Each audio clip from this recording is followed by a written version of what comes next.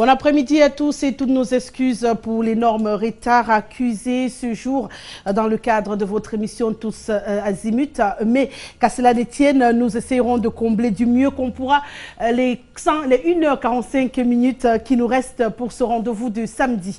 Il faut dire que la présidentielle reste le cœur de notre réflexion puisque entre les dernières sorties, la ruée vers le septentrion du Cameroun et la réédition de ce livre à l'endroit du chef de l'État pour le libéralisme communautaire, non sans parler des coalitions qui se multiplient ici et là.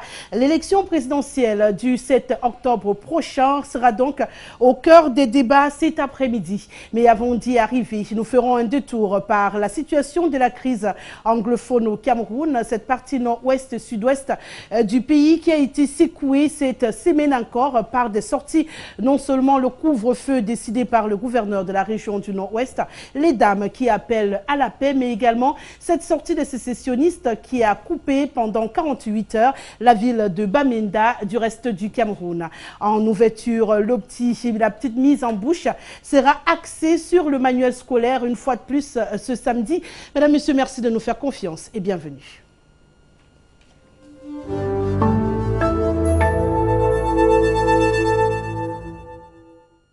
Se voulant interactive, vous avez un code d'accès pour vous joindre au débat, le 6 99 13 50 75. Sans plus tarder, je m'en vais vous présenter ceux-là qui échangeront autour des thématiques retenues pour ce samedi. Je vais commencer par ma gauche parce que c'est toujours un plaisir de l'avoir sur ce plateau. Monsieur Malangué Yeke de l'Union des populations du Cameroun est des nôtres cet après-midi. Et bienvenue, monsieur Malangué. Bonsoir Madame ici et bonsoir à tous vos téléspectateurs. Comment se porte l'UPC? Très bien.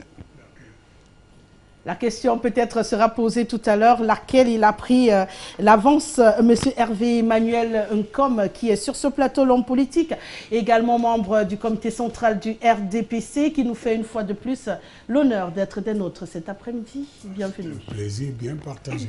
Merci et bonjour à tous les panélistes. Et bonjour à tous les téléspectateurs de LTM.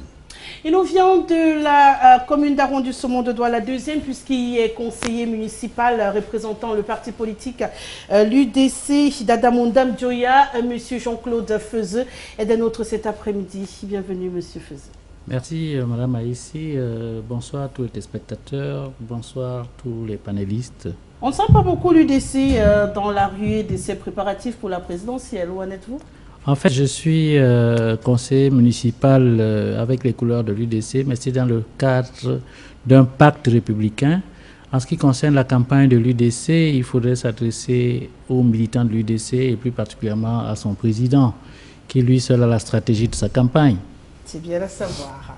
On va donc terminer avec le dernier invité, et non des moindres, puisqu'il s'agit de notre conseiller municipal, mais cette fois de Douala 5e. Il est homme politique très reconnu au Cameroun. Monsieur Abel Elimbi Lobé est de notre ce samedi. Bienvenue, monsieur Elimbi. Merci, madame Aïssi, de me permettre encore d'être là aujourd'hui avec les autres. Bonsoir également à tous ces millions, je crois, à juste titre, n'est-ce pas? Voilà, millions de téléspectateurs qui nous suivent et c'est un plaisir renouvelé d'être ici. On va rentrer directement dans le vif du sujet. On va parler de ce manuel scolaire, peut-être bien loin de la polémique qui secoue le Cameroun depuis quelques jours déjà. Pour ce qui est du livre de 5e de l'excellence en sciences, on va poser d'abord de façon générale la situation de la présence même du livre, du manuel scolaire dans les librairies en cette rentrée scolaire. Monsieur Hervé Emmanuel Nkom, le gouvernement somme les éditeurs de mettre à disposition du marché les manuels scolaires au plus tard le 26 septembre. Nous étions au 20 septembre à la rentrée scolaire, maintenant on en est au 26. Qu'est-ce qui se passe pour qu'on n'ait pas de manuel scolaire au Cameroun? Mais écoutez, nous sommes dans une situation quand même un peu ubiesque, parce que de deux choses l'une, ou bien la programmation qui a imposé le livre unique n'a pas été préparée par les éditeurs et les libraires, ou alors tout l'ensemble de ceux qui sont en charge de la programmation des livres scolaires ont commis la faute du temps. Donc il faut regretter cela et faire en sorte que les choses soient remises en place très rapidement parce que ça va faire un mois de cours quand même qu'on risque de perdre 100 livres. Et c'est bien compliqué de pouvoir enseigner des enfants sans avoir un repère manuel. Ben, l'enfant comme l'enseignant. L'enseignant qui n'a pas le livre pour envoyer à la répétition le soir chez les parents, et les parents aussi doivent être embêtés parce que tout cela veut dire qu'on ampute l'année scolaire au moins d'un morceau du temps de travail qu'il faut. Donc c'est quelque chose qui n'a rien de débat idéologique, il faut le regretter, et là l'administration est en faute. Ben, ce qui est assez surprenant, c'est ce qui va finalement nous relancer tout de suite, c'est que pendant que le manuel scolaire, il n'est quasiment pas existant et que on a quand même les membres du Conseil national j'allais dire d'agrément, voilà, qui écument tous les plateaux de télévision pour essayer de justifier, monsieur Malangué, non pas l'absence du livre, parce qu'il n'y a pas qu'un seul manuel au programme des élèves, mais le contenu d'un seul manuel scolaire, le livre de 5e, qui est finalement le livre le plus connu au Cameroun depuis l'histoire des livres publiés. Vous savez, madame, je n'aborderai pas ce problème sous le même prisme que beaucoup d'autres, parce que je vais d'abord édicter 2 postulats. Quelqu'un disait, notre enseignement ne doit être centré que sur la décolonisation mentale et scientifique. Et quelqu'un d'autre encore ajoutait que la science est l'ensemble des opérations qui tendent vers une vérité objective. Quand on prend ces 2 postulats, on les met l'un après l'autre, on retrouve immédiatement le problème qui se pose au Cameroun, qui nous renvoie à la circulaire de 2021, la circulaire coloniale qui disait qu'il faut qu'on donne un enseignement aux Africains, aux Camerounais, qui n'ait rien à voir avec leur culture. Si on vous dit que les états généraux je ne sais pas si c'est de l'enseignement ou c'est de l'éducation, ont eu lieu en 1995. Une loi d'orientation de l'éducation a été sortie en 1998. Et je retiens seulement une dimension de son article 5 qui dit que l'éducation au Cameroun doit être centrée sur la culture. Or, vous vous rendez compte que non seulement on soumet des livres au contenu très, très discutable et qui choquent violemment la spiritualité même de l'Africain que nous sommes. Oui, je pèse mes mots. Maintenant, il se trouve qu'il y a une vaste magouille autour du manuel scolaire au Cameroun qui tend à transformer, parce que nous tous, on a fait Mamadou et Bineta, Matin d'Afrique, c'était des livres qui étaient pensés pour faire de nous ce que nous sommes aujourd'hui, des zombies. Donc ne pensons pas à autre chose. L'histoire de la colonisation continue. Maintenant, on nous met aux enfants de 5e des thèmes qui, ma foi, sont très peu acceptables. Voilà la triste réalité. Voilà en 2 mots comme en 1000 dépeint la situation aujourd'hui. Moi, je ne suis pas surpris que nous en soyons arrivés là, puisque l'éducation des enfants passe par l'éducation des parents. Bien sûr. Bon, mais regardez quel est l'état de la société camerounaise aujourd'hui. Oui, monsieur, il y a des embouteillages, les rues sont envahies, des grands axes de la cité de Douala sont envahis par des individus qui ne respectent rien. On fait 40 minutes pour parcourir 300 mètres. Et bien voilà la triste réalité. Moi, je ne suis pas d'accord que ce ne soit pas un problème idéologique, il y a un problème de penser la société camerounaise. Parce qu'aucun responsable, depuis les indépendances, n'a véritablement pensé la société camerounaise, telle qu'on la voulait. Regardez les Chinois, les Asiatiques. Et ils sont entrés en plein dedans. C'est ce que nous, à l'UPC, on appelle la socialisation inverse. C'est un nouveau concept qui vous sera déroulé au fur et à mesure que nous interviendrons pendant une certaine période. Voilà, peut-être pendant la campagne électorale, on comprend très bien. Monsieur Elimbiloubé, le manuel scolaire disponible pour les élèves aujourd'hui, adapté à l'environnement camerounais? Bon, ces débats, ce sont, à mon avis, des débats éculés. Les gens veulent faire des grands discours sur la décolonisation et patati et patata. Les gens qui sont responsables des manuels scolaires sont des Camerounais. Ils ne sont pas des reliques de l'histoire. C'est des Camerounais actuels, formés dans nos écoles normales ici. Donc vous êtes d'accord avec le contenu des livres? Beaucoup n'ont d'ailleurs pas connu la colonisation. Donc ce genre d'interprétation d'une faute. Parce que j'ai déjà eu à être sur un plateau de télévision avec le président, je crois, de la commission Donc, qui était voilà, chargée de choisir les livres. les agréments de manière. Bon, pour expliquer le retard, il s'est trouvé que on a fait comme on fait toujours. On a donné des commandes à des opérateurs économiques qui ont présenté des documents, mais qui en réalité n'avaient pas les moyens de commander les livres. Et ça, c'est les notaires, nous les connaissons. Vous savez, moi, je n'ai plus envie de venir sur les plateaux de télévision aujourd'hui faire des exercices où on commente les dysfonctionnements. Hein? On sait que notre pays est mal gouverné. Il est mal gouverné et le débat, c'est on en sort comment.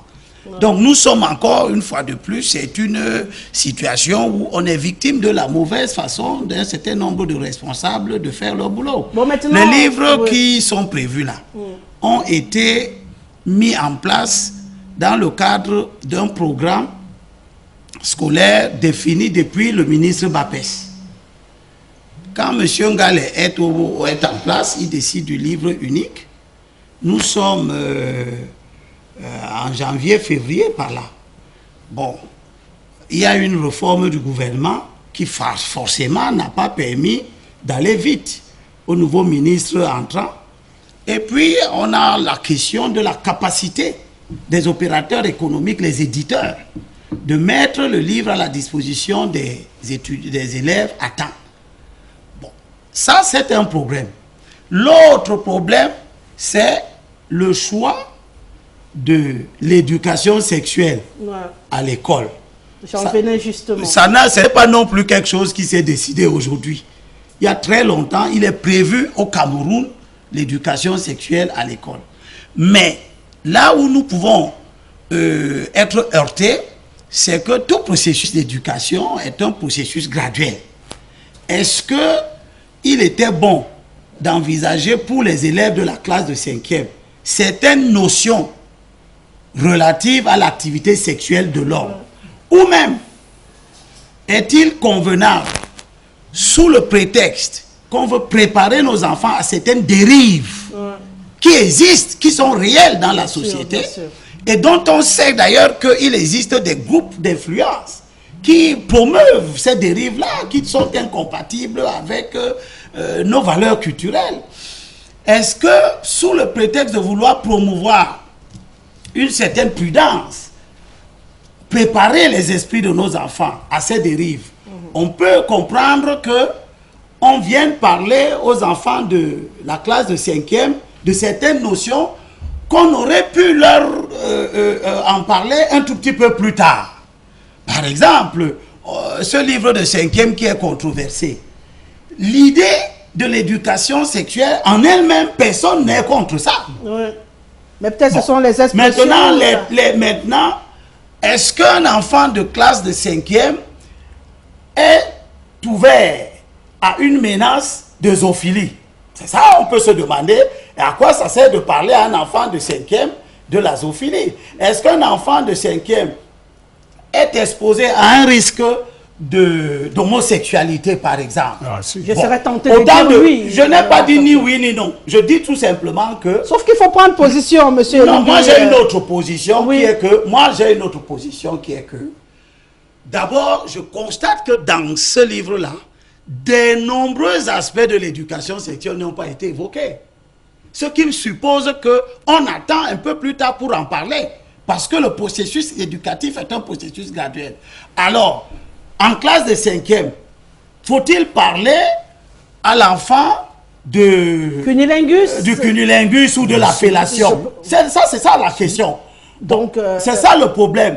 Et puis, la communication joue un grand rôle dans ce genre de choses. Et il semble que dans ce livre, il y a eu quelques fautes de communication.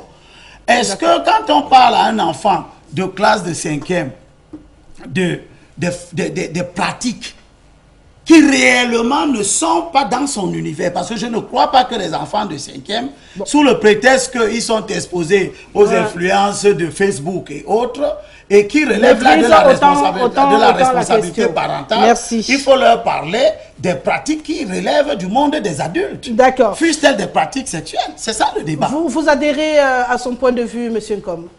Globalement, j'ai la même analyse que Abel, mais je voudrais quand même dire des choses. Ouais. Hein? Je pense que la saison de la campagne électorale fait que le populisme fait faire n'importe quoi, n'importe qui, fait dire n'importe quoi. Et puis, vous avez même des responsables qui reculent parce qu'ils veulent faire plaisir à l'opinion. Et pour moi, c'est de la lâcheté ou la défaite de l'intelligence. Vous comprenez? Le courage en politique, c'est de dire des choses comme Saint Élie dans la Bible, en son temps, contre soi-même, contre son peuple, contre tout. Alors vous avez des gens qui surfent sur le populisme. Mais je vais vous dire d'abord deux choses. Pour répondre à mon compatriote qui s'est présenté comme membre de l'UPC, je ne sais pas laquelle. Oui, Monsieur Malangué. Non, non, je dis je ne sais pas laquelle UPC parce que je connais Monsieur Malangué. Oui, nous avons un problème. L'enseignement a pour objectif principal la culture. Et de ce point de vue, il n'y a pas de débat idéologique là-dessus. Et la question du livre, pour clôturer là-dessus, sur la production ou la mise à disponibilité du livre, rejoint aussi l'état de notre économie et de notre industrie. Abel a expliqué tout à l'heure, plusieurs de ces gens prennent des commandes pour aller éditer les livres. Avant, c'était au Portugal, en Espagne, en Belgique, parce que c'était moins cher. Maintenant, c'est en Inde, m'a-t-on dit.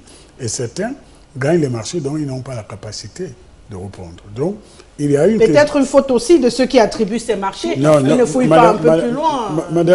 Madame, si on commence à chercher les fautes, la première d'abord, et là je vais surprendre peut-être M. Yeke, parce qu'ils n'ont pas le monopole du nationalisme, c'est que nous avons eu des initiatives comme le CEPER, c'est-à-dire que nous devions être aujourd'hui dans une situation où l'État produit au moins en partie les livres. C'est une question d'indépendance culturelle. Et là, nous avons pris un retard là-dessus. Je l'assume. Ça fait partie des choses que nous devons rattraper très vite. Mais on ne les rattrape pas par les incantations, ni par la dénonciation gratuite. Il faut faire le constat de la réalité et dire comment faire pour suppléer. Parce qu'aujourd'hui, par exemple, je suis heureux que Sopeka médite les supports des élections. Mais avant, on importait tout cela. Il n'y a pas longtemps, un des ministres qui veut nous amener au paradis, quelqu'un qui est en prison, je me souviens, il commandait les documents des élections étant ministre de l'administration territoriale à l'étranger. Pour revenir à cette question, donc là, nous avons un problème qui n'est non simplement le fait que parfois on prend du retard et c'est dans l'urgence qu'on décide, mais ça démontre que l'industrie culturelle a beaucoup de chemin, on a beaucoup de choses à faire, et je m'adresse à mon excellent ami et frère, le professeur Moulé Kombi. Là, il faut que la culture est globale. Maintenant, je reviens à la question polémique. Et là, je suis heureux d'avoir des hommes politiques courageux comme Abel Elie Belumbe. L'éducation, madame, est globale. L'éducation est globale. Il ne faut pas saucissonner l'éducation. La brutalité, ce qui choque dans ce livre de 5e, c'est la brutalité et le fait, comme disait Abel, que peut-être la programmation n'est pas bienvenue. Mais nous ne pouvons pas éviter des questions qui protègent notre jeunesse. Vous comprenez? Alors pour vous, qu'est-ce qu'on fait? On valide ce module? Laissez-moi aller jusqu'au bout. Je suis de ceux qui pensent, et je suis Saint-Élie, qu'on doit enseigner la sexualité aux enfants.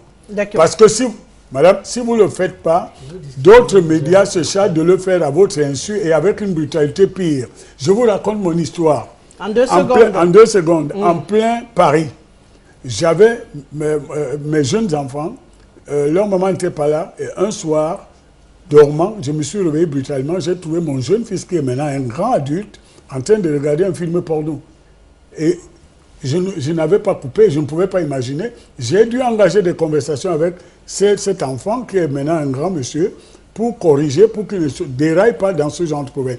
Alors là, quand vous le faites, c'est tellement délicat qu'il faut associer la famille aussi parce que l'éducation est globale. Nous sommes les partenaires de l'éducation de cette jeunesse et les parents ont eu l'impression d'être mis à l'écart de cette affaire et ça a une forme de brutalité où vous ne pouvez pas tout servir en même temps, la même année, au même âge. Mais aujourd'hui, croyez-moi, ce que vous voulez censurer dans les livres, les jeunes le voient ailleurs, hors de votre maison, donc il faut associer les familles parce que les familles doivent être associées à l'éducation. Il ne faut donc pas tout renverser en disant que c'était une entreprise de débauche et de tout. Simplement, c'est raté. La programmation qu'il faut corriger. Mais je suis de ceux qui pensent qu'il faut enseigner, protéger notre jeunesse en enseignant et en régulant son accès à des choses qui peuvent devenir dangereuses comme la sexualité. D'accord, Monsieur Feuzeux, pour vous, on fait quoi de ce module ou de ce livre? Parce que finalement, on évolue. Pendant qu'on est en train d'échanger, on en parle dans les réseaux sociaux, mais on a l'impression que les personnes les plus concernées, qui doivent finalement décider si oui ou non on enlève ce manuel, n'ont pas l'air très pressés, parce qu'ils passent plus le temps à expliquer aux gens pourquoi ce contenu. Merci enfin de me donner la parole, parce que j'ai cru à un moment donné qu'il fallait être à votre droite pour avoir de la parole. Sauf que je me réserve encore le droit de décider de quand je l'attribue cette parole. Comme vous avez pensé à nous maintenant, merci. C'est un problème qui a deux dimensions. La première dimension, c'est au niveau de la planification en ce qui concerne l'édition du livre. Je ne partage pas le point de vue de mon frère Elimbi Lobet, parce que le Code des marchés publics, lui, il a été très bien rédigé. Et je sais de quoi je parle. Bien sûr. C'est mon outil de travail au quotidien. C'est pourquoi vous deviez être le dernier à prendre la parole. Donc, je dis bien que c'est mon outil de travail au quotidien.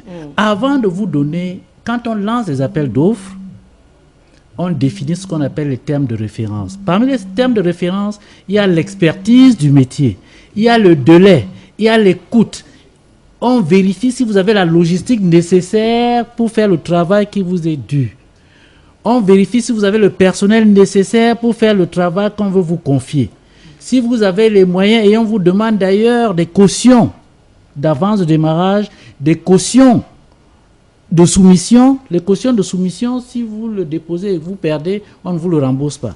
Pour qu'on vous donne l'avance de démarrage, on s'assure que vous avez vous-même vos propres moyens. On vous demande des cautions d'avance de démarrage. Donc, cependant, malgré ces termes de référence, et je vous dis, chaque article est noté. Si bien que lorsqu'il y a une commission des marchés qui est en place,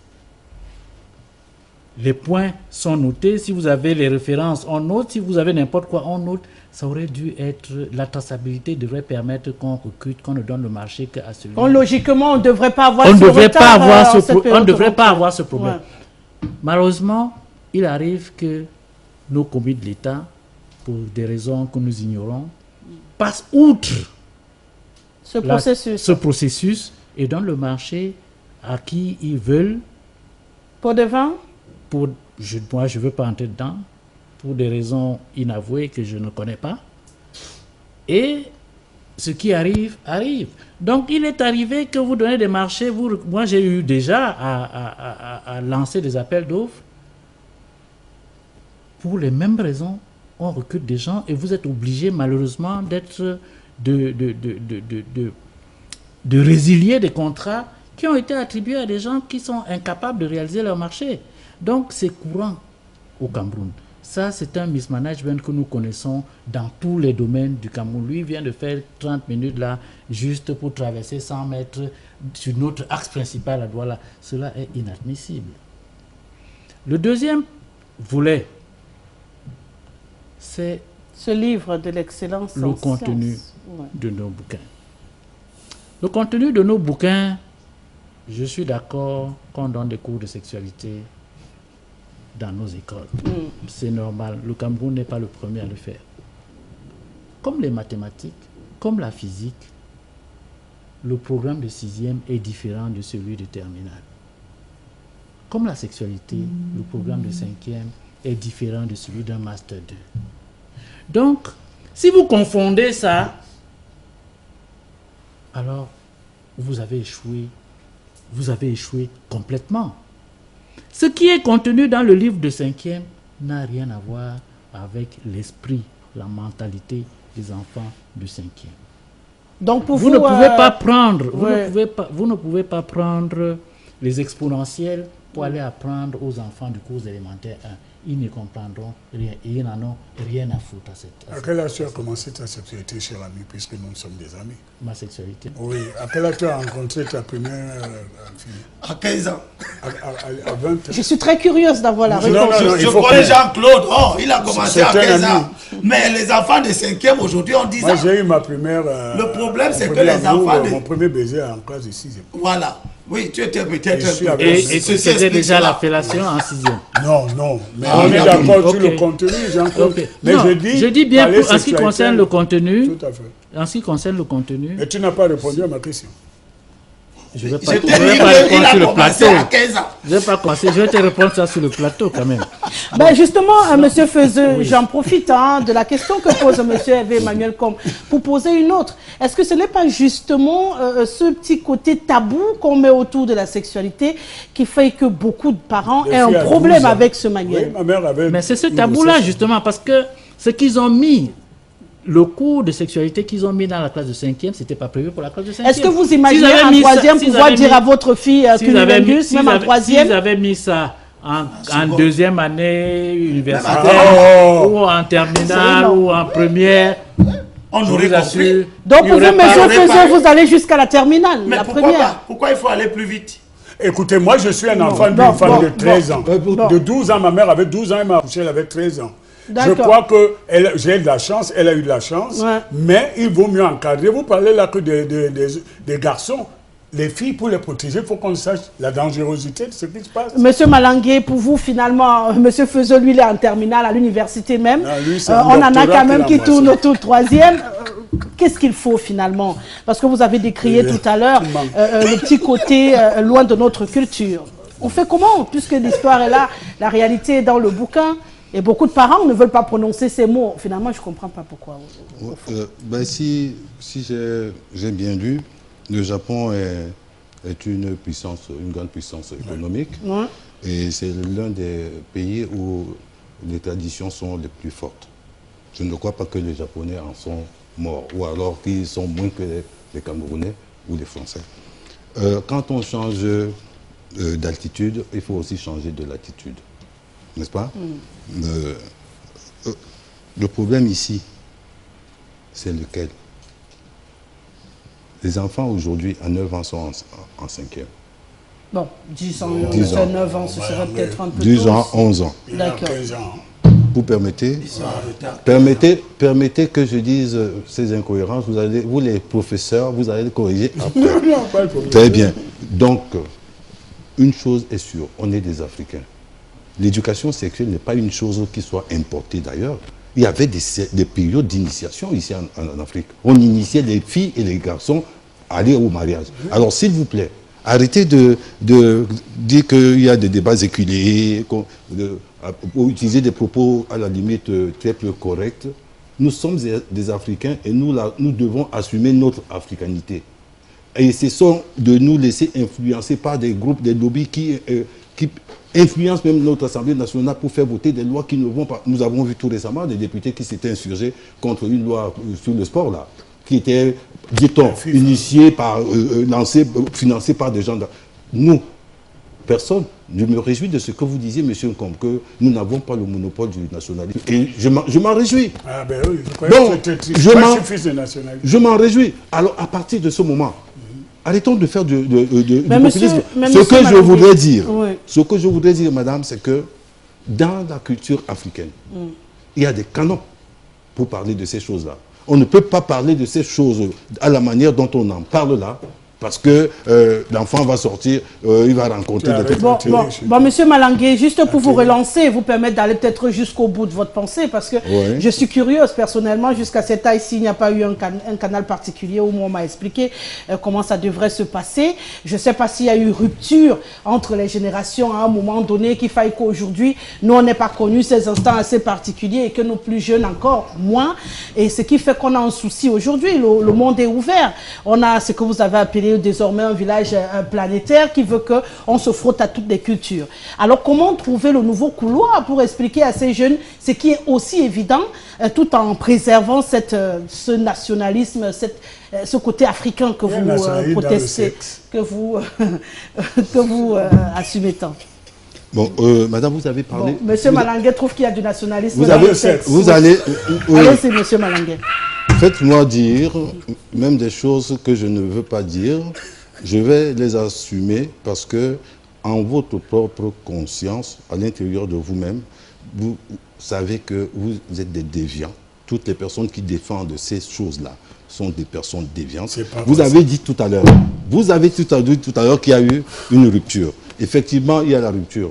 Ce qui se passe, c'est que nous sommes en train, on est des Africains avec une autre culture. C'est ça la triste réalité. Voilà la rupture. J'ai dit tout à l'heure qu'il y avait des canons d'initiation. On initiait les jeunes filles et les jeunes garçons à aller au mariage selon la tradition africaine. S'il y a eu rupture de ce truc-là, c'est part de l'éducation, de la conception de l'éducation. Quel type d'homme les colons voulaient avoir depuis 1921? Nous sommes des produits. Et ça, vous ne pouvez pas l'enlever. Monsieur, comme je suis désolé, si vous croyez que vous pouvez regarder, rester, parce qu'il y a la télé, vous dites qu'il faut éteindre la télé. Je ne sais pas, je le souhaiterais vivement que votre maman soit encore vivante. Non, que ma mère est décédée. Ah bon, je prolonge sa vie ici. Posez-lui la question, c'est quoi? Très bien, alors je serais bien content, oui, mais non, je serais bien curieux de vous voir regarder ce genre de truc, puisque vous parlez avec votre maman, vous voyez des films cochons. J'ai dit ça ici. Bah, vous n'en êtes pas loin. J'ai dit ça ici. Vous n'en êtes pas loin. D'accord, bon, on va pas sortir madame, de ce non, sujet. Je peux pas laisser non, passer rassurez-vous, vous pouvez répondre. Non, je ne peux pas laisser passer ça. Monsieur le danger dans un débat, dans un moment important, ouais, c'est que des gens viennent ici avec des préjugés et n'écoutent pas le débat. J'ai dit que j'avais un fils que j'avais surpris en train de regarder la télé. Et j'ai compris que si je ne participe pas, ça va m'échapper. Puisque M. Malanga a les oreilles pour entendre ce qu'il a déjà enregistré, je vais lui dire une chose. Ma mère vivait justement à l'africaine. D'accord? Et c'est pour ça peut-être qu'elle a subi. Et je ne veux pas que mes filles subissent. C'est pour ça que je dis, il faut, oui, programmer, ne pas être brutal, mais nous ne pouvons pas faire l'économie de parler de ces choses parce que c'est pour la protection de la jeunesse, monsieur. Si vous avez des enfants, vous sauriez de quoi je parle, mais moi j'en ai des dizaines. D'accord, bah maintenant on sort de ce sujet. Oui, on fait quoi avec ce livre, votre proposition? On fait quoi avec ce livre? Non, j'ai d'ailleurs entendu une partie ou une personnalité. Oui. Je crois qu'il s'agit du professeur Vouda, quelque chose que quelqu'un comme Vunda. Ça. Vunda, voilà. Qui propose que le livre soit retiré. Il ne propose pas qu'on cesse de faire l'enseignement, l'éducation sexuelle. Il propose que le livre soit retiré. D'abord parce que il y a une réaction réelle de la société. La société a réagi négativement par rapport à l'enseignement qui est proposé dans ce livre. La primature a même sorti une circulaire. Premièrement. Deuxièmement, le livre et son contenu dans d'autres cieux aurait dû faire l'objet d'un débat à l'Assemblée nationale, par exemple, pour que les élus qui représentent le peuple et qui sont donc des gardiens d'une certaine manière de ces mœurs, ces traditions, etc., a priori ou a posteriori, se prononcent. Bon, toi tu le veux a posteriori, moi je l'aurais souhaité a priori. J'ai demandé a priori ou a posteriori. Question inutile, parce que j'ai dit que d'autres cieux, cela aurait dû être précédé. Aie le courage de défendre tes opinions. Comme tu ne comprends que c'est... Aie le courage de défendre tes opinions, monsieur. Bon, donc, pour nous, il y a eu une faute à ce niveau. Ah bon. Mais aujourd'hui, on fait quoi? Il faut bien avancer. Oui. On a constaté tous c'est déjà retiré. Je vous ai répondu. C'est pas encore retiré. Une circulaire de la primature a été retirée. C'est un fake news. Allez-y. S'il vous plaît. Oui. Il y a d'autres manières pédagogiques de traiter la question.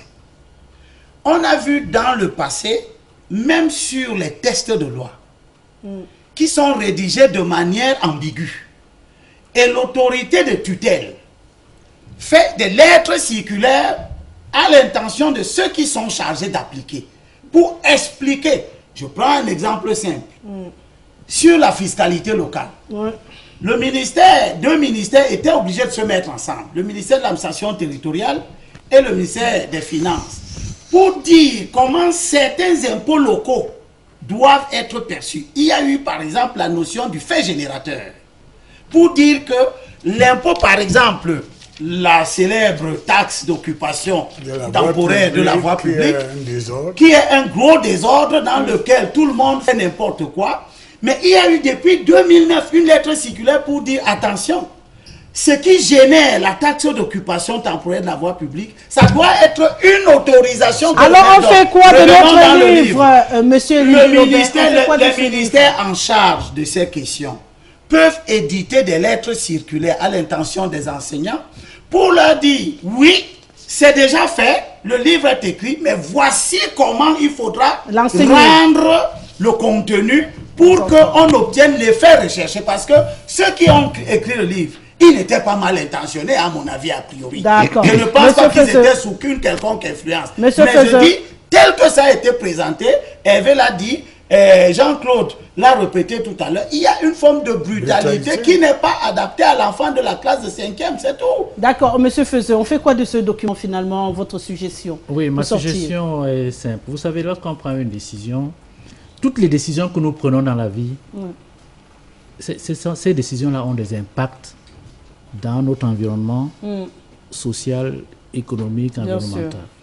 Et ces impacts-là, nous devons pouvoir les gérer avant même de prendre la décision. Nous devons trouver des circonstances pour atténuer ces impacts avant même de prendre la décision. Ça n'a pas été fait. Quand ils ont mis le document, mis ça au programme, ils ne s'imaginaient pas qu'il y aurait eu cette réaction. S'ils avaient prévu un dispositif pour atténuer ces réactions... Monsieur Fundala a également expliqué, puisque c'était expliqué dans plusieurs livres différents. Ce qui veut dire que pour l'instant, compte tenu des réactions populaires sur l'ensemble du territoire, il n'y a pas d'autre solution. Il faut retirer ça.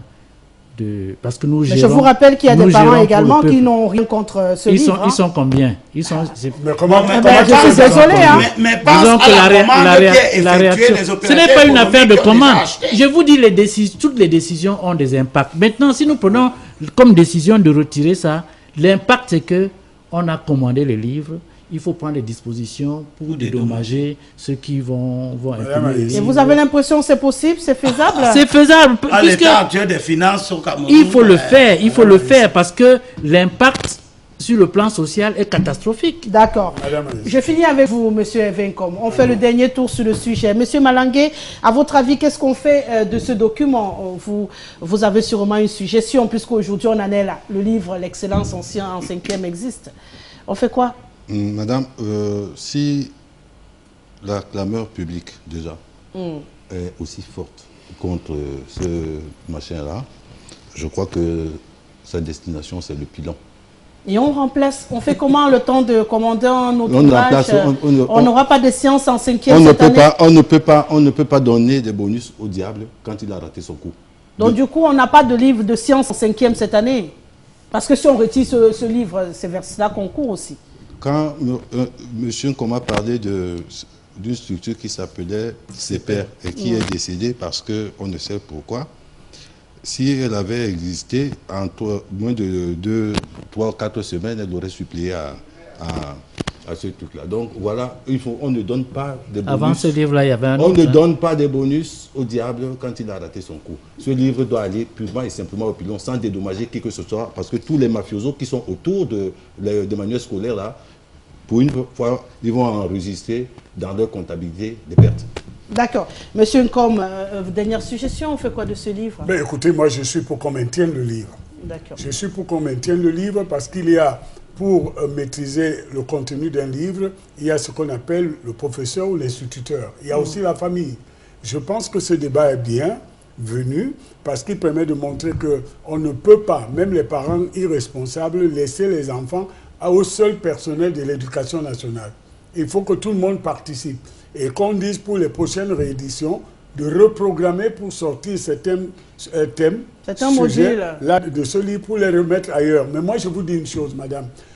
Sur le principe, je ne suis pas de la même école de pensée que M. Malangué. Je ne pense qu'à chaque démangeaison d'un groupe, c'est reste même d'apparence majoritaire, le gouvernement doit s'adapter à ce groupe. On ne gère pas un pays par référendum, mais par la rue.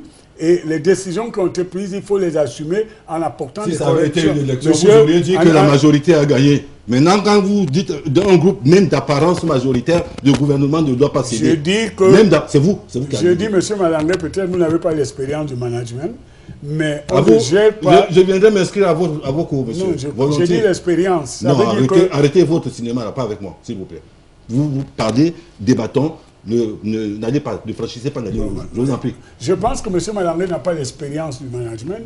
Je le répète et je l'assume parce que vous ne pouvez pas seulement pas la réaction. Pas du management de la déviance. Je ne peux pas parler. Je n'ai pas l'expérience du management de la déviance.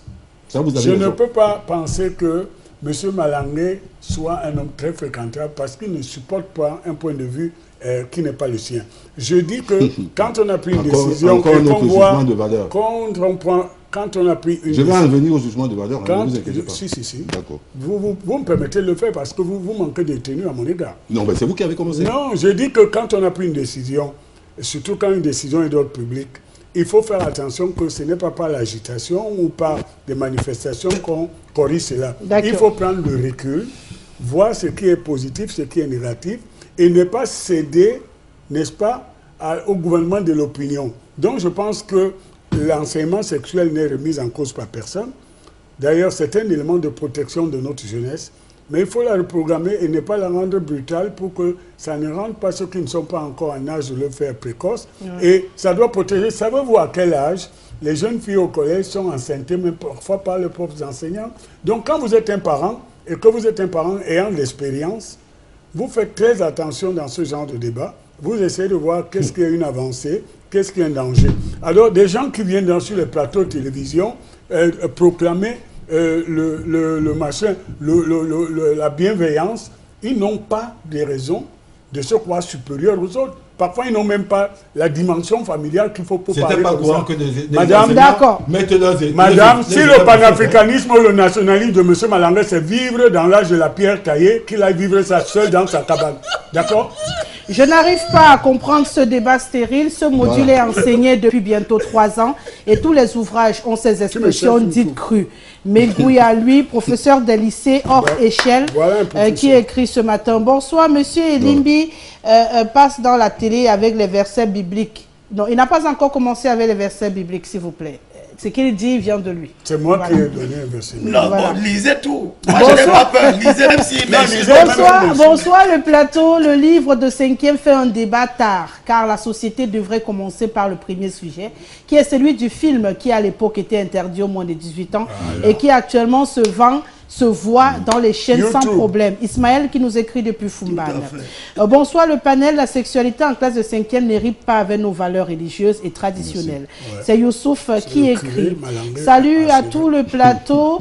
Je pense que ça sert à rien de suspendre le livre. Les enfants voient et pratiquent très bien ces choses ailleurs. J'espère que je vais y arriver. Le livre n'a rien de déviant, de nouveau ou de scandaleux. Je suis jeune et je sais de quoi je parle.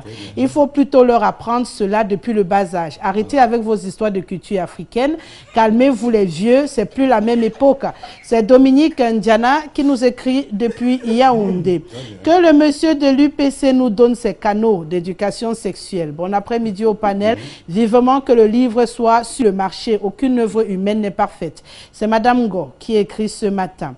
Bonsoir le panel, je suis Luc Bell de Yaoundé. Ma question sur ce livre est pourquoi dans ce livre on n'a pas enseigné aux enfants que ces pratiques sont interdites par la loi camerounaise. On aurait dû ajouter. Edwige, depuis Douala, dit bonsoir aux panélistes. Je suis très d'accord qu'on enseigne la sexualité à nos enfants, mais il n'est pas adapté à nos enfants de 5e. Bonsoir le panel. L'éducation au Cameroun doit être repensée. Ce livre traduit tout simplement l'éducation qui est déjà très critiquable. Une dernière réaction pour avancer.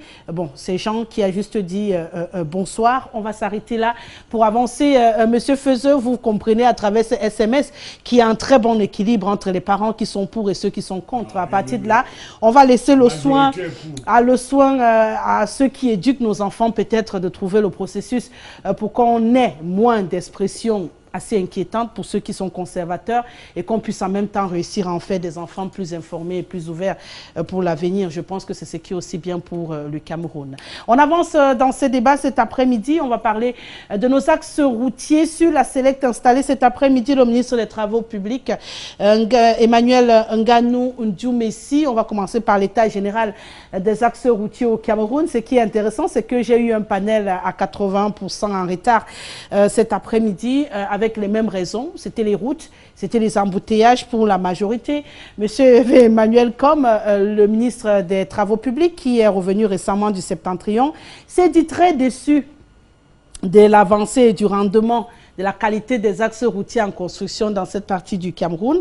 Le même, depuis quelques semaines, est indexé dans un trafic, je crois, de 47 millions de francs CFA pour la pénétrante est de la ville de Douala.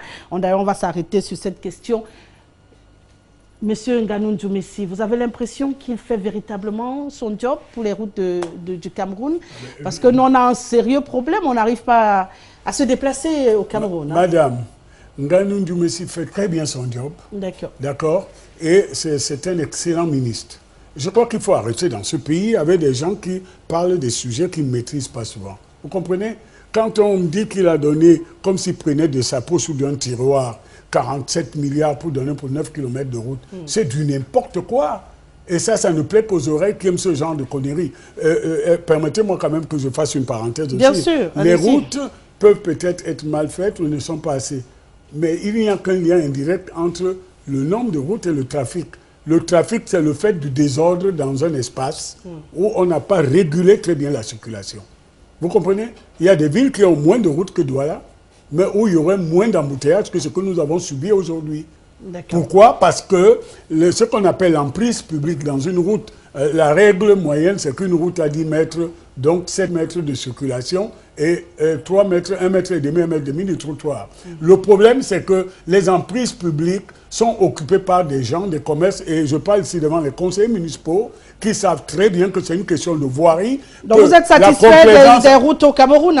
Non, il n'y a pas assez de routes. Ne me faites pas dire ce que je n'ai pas dit. Justement. Je dis simplement que c'est trop rapide quand on rend Nganou Ndoumbessi responsable des embouteillages de Douala. Il n'y a rien à voir là-dedans. Rassurez-vous, il ne répond que des routes. Hein, on ne le rend pas responsable. Il n'a rien à voir dedans. Et même le ministre des Transports n'a rien à voir dedans.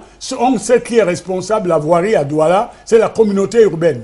Et peut-être demain, avec les nouvelles lois de décentralisation qui donneront autant de pouvoir aux maires, c'est eux qui doivent se mettre ensemble parce que c'est une question d'ordre public et de liberté. Et là, c'est une atteinte à la liberté et c'est un désordre, un trouble à l'ordre public. Donc, M. Nganou Ndoumbessi n'a rien à voir dedans. Il est blanc.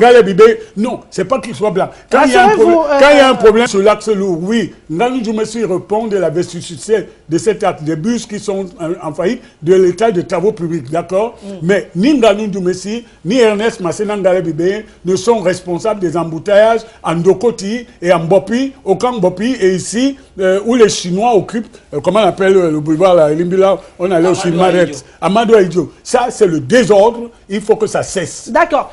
Sauf que nous, on parle des routes au Cameroun, hein, et apparemment, peut-être certains sont satisfaits. Vous les appréciez. Des routes, je ne peux pas juger ce que fait Nganou. Je ne peux pas dire qu'il réussit à son action ou qu'il a échoué. Mais je voudrais tout simplement dire que, en tant que professionnel de ce métier-là, ingénieur de génie civil, bien sûr. J'ai fait des routes dans ma vie, j'ai fait des ponts dans ma vie. Je peux dire qu'une chaussée, malheureusement ou heureusement, a besoin d'être entretenue. Absolument. Elle a une couche de roulement, surtout les routes que nous appelons routes goudronnées. Elle a une couche de roulement qui doit être entretenue régulièrement. Absolument. Lorsque cette couche n'est pas entretenue, il se crée des nids de poules sur la couche et lorsque l'eau traverse ces nids de poules, ça attaque la chaussée et lorsque la chaussée est attaquée, l'entretien est encore plus difficile. Parce que la chaussée a une teneur en eau qui est limite. Si cette teneur en eau là dépasse la limite supérieure, la chaussée va commencer à faire le bateau. Alors qu'il y a et vous ne pouvez plus rien. Donc, malheureusement, nous sommes dans un régime présidentiel. Ce n'est pas décentralisé. Le ministre des Travaux publics et le ministre de la Ville ont à eux deux la charge d'entretien de toutes les routes du Cameroun. Merci de le jour où arrivera la décentralisation, finalement. Enfin, ce sera peut-être enfin possible que les mairies puissent prendre en main l'entretien des chaussées dans leur circonscription. Parce que vous ne pouvez pas, depuis Yaoundé, il est surpris lui-même quand il va... Mais oui, puisqu'il a dit il est surpris de constater. C'est normal qu'il soit surpris. C'est normal qu'il soit surpris. Il ne peut pas, de son bureau, voir comment la route s'est détériorée je ne sais pas, dans le village de Hervé. Devant l'hôpital général à Douala. Devant l'hôpital général à Douala, ainsi de suite. Ce n'est pas possible. C'est pas possible. D'accord. Vous appréciez cette solution, comment on rapproche donc, c'est ce que vous voulez tous, qu'on rapproche les responsabilités des maires, comme ça les ministres n'auront plus à répondre de la mauvaise qualité de nos axes routiers. Parce que pour l'instant, c'est lui qui répond, puisque ce sont eux qui entretiennent ces axes routiers. Bon, ce que je vais être iconoclaste pour vous dire que il y a trop de mélange dans les esprits. Et c'est fait exprès. Il y a une mauvaise démarche qui consiste à prendre tous les problèmes parce qu'on veut justifier on veut justifier ses orientations politiques. On mélange, on refuse même le réel. Le ministre des Travaux publics est en charge des routes nationales. Il n'est pas en charge des routes communales, des routes à l'intérieur de la ville de Douala. Ça, ce sont des routes d'intérêt communautaire qui relèvent de la communauté urbaine. Il y a même des routes d'intérêt municipal qui relèvent des maires. Il se trouve que dans une ville comme Douala, la loi prévoit que les mairies que nous appelons mairies d'arrondissement, qui sont donc des mairies d'un régime spécial, transfèrent leurs compétences à la communauté urbaine. C'est pour ça que vous voyez que la communauté urbaine est finalement en charge, y compris des routes secondaires, comme des routes principales de la ville de Douala. Maintenant, il faut savoir... Pour revenir à ce qui nous intéresse, notamment la pénétrante est de la ville de Douala. Il faut donc savoir si la pénétrante est une route nationale, ou bien ce morceau de la pénétrante, cette partie-là est urbaine. Ça devient dangereux puisque c'est lui qui a attribué le marché et qui est... Moi, ce que je veux dire, c'est que nous ne devons pas confondre les embouteillages. Rassurez-vous, monsieur Elimbi, essayons d'avancer. Personne ne parle d'embouteillage. Non, mais on ne parle pas d'embouteillage, on parle des axes routiers, sinon on va tourner. Non, on ne parle pas d'embouteillage cet après-midi. On parle de la qualité des routes au Cameroun et on a un problème particulier avec la pénétrante Est qui fait parler et qui fait couler beaucoup d'encre et de salive. On parle de 47 milliards de francs CFA qui sont en ballottage, on ne sait où, et qu'il faille justifier. Je peux continuer. Vous pouvez y aller. Bon, la pénétrante Est là, a fait l'objet de travaux et sur une certaine longueur de cette route, il n'y a aucun problème. Si vous prenez ici à partir de Bonadiwoto ici jusqu'à vers Kojefa, il n'y a aucun problème. C'est une nouvelle route qui est en parfait état mais qui est embouteillée, où la circulation est quasi impossible entre 17h et 19h tous les soirs. Il ne faut pas continuer à faire croire aux gens que tous nos malheurs sont dus aux dirigeants. Il y a une partie de nos malheurs qui sont dus à nos comportements propres. Je vous donne un exemple. La communauté urbaine a réhabilité la route qu'on appelle le boulevard des Nations Unies, qui part de l'ancienne pharmacie de New Bell jusqu'à Cinéma ABC, qui est un boulevard qui est inutilisable dans la journée. Quand vous roulez dans ce boulevard à 22 h, vous êtes fiers de voir qu'une route comme ça existe. Lorsque Isaac Ama finit de la balayer, elle est éclairée, elle a tout. Elle est inutilisable dans la journée parce que des compatriotes à nous qui ont érigé la transgression systématique des règles de fonctionnement de la ville, en principe, occupent cette route comme une place de marché en transgressant une loi principale qui interdit le commerce sur la voie publique. Il faut donc qu'on fasse savoir à nos compatriotes que nous sommes parfois nous-mêmes responsables. C'est-à-dire que même si on a des bons dirigeants, on peut arriver à des mauvais résultats dans le fonctionnement de l'ensemble parce que nous transgressons. Sauf si nous continuons le débat pour arriver à la situation ou à la conclusion que même notre éducation est de la responsabilité de nos dirigeants. Merci monsieur Elimbi Lobé. La pénétrante Est n'est pas totalement construite. Le tronçon dont on parle, le chantier doit débuter dans les prochains jours puisque le problème reste d'actualité aujourd'hui. Vous parlez de la première partie. Vous avez vu l'échangeur de pont qu'on a construit là-bas pour désengorger, qui est une merveille architecturale. C'est pas Faiseux qui me démentira. Même ce pont continue de faire couler beaucoup d'encre et de salive vu sa grosseur. Pas à moi Non, parle des mais c'est sujets. pas un tutu Voilà. personnel, madame. Mais Non, je vous non, demande. Permettez, monsieur, écoutez. monsieur Nkom, de donner la parole à monsieur Malangué. Justement, pour ces actes routiers, il y a eu beaucoup, le ministre d'ailleurs a fait une sortie pour justifier beaucoup de choses par rapport à ces 47 milliards. Parce qu'au départ, on parlait de 9 km à rajouter pour rallier, puisqu'on s'est arrêté au niveau de Borne 10, là vous êtes en train de parler. Il faut continuer cette pénétrante pour rallier la nationale, voilà, la nationale 3. qui est également en construction. Donc du coup, il y a un gros souci. Non. Jusqu'à ce moment, c'est que le chantier se poursuit de Il y a les Bravo. bus qu'on est en train de... Bravo. Ça, Ça, c'est un c'est entretien. madame. Voilà, ça c'est un autre, voilà, c'est Il y a l'entretien. l'ingénieur ici. Et on doit rallier cette nationale numéro 3 avec ce chantier justement, qui était censé être 9 km. Le ministre, hein, je cite ces mots pour être clair, il a dit que le budget est explosif et explosé. Peut-être c'est M. Malangué qui va réagir, mais vous, c'est sous votre contrôle. Parce que la nature de la chaussée, la qualité devrait être exigeante. Vous allez sûrement nous expliquer tout à l'heure s'il y a plusieurs façons de faire des chaussées. Que l'ouvrage d'art important qu'on va mettre dans chaque carrefour, 5 au total, avec des sens giratoires. On a des carrefours qui n'ont pas de sens giratoires. Ah oui, absolument. S'il vous plaît, qu'on aura des déplacements des réseaux. On réussit à faire une route sans déplacer des réseaux, oui. Quand la route existe déjà ou qu'il y a des habitations. Permettez aux spécialistes de nous le dire. Monsieur Malangué, vous souffrez quelques minutes, vous permettez. Est-ce que c'est possible, c'est justificatif qu'on puisse les accepter, vous qui êtes l'expert sur ce plateau? Oui, je peux dire que dans une ville, il est extrêmement difficile de faire des travaux sans déplacement de réseau. Parce que les réseaux, c'est quoi? On parle, c'est des canalisations d'eau, d'électricité, de téléphone. Ça veut dire qu'en votant le budget au départ, on savait que ça va exister. Oui, oui. Dès que le budget au départ, on sait que ça existe. Par contre, pour la bonne gouverne de nos téléspectateurs, le prix, on ne donne pas le prix au kilomètre, parce que ça dépend de la largeur, ça dépend de l'épaisseur de la chaussée, ça dépend des ouvrages d'art qu'il y a sur le tronçon.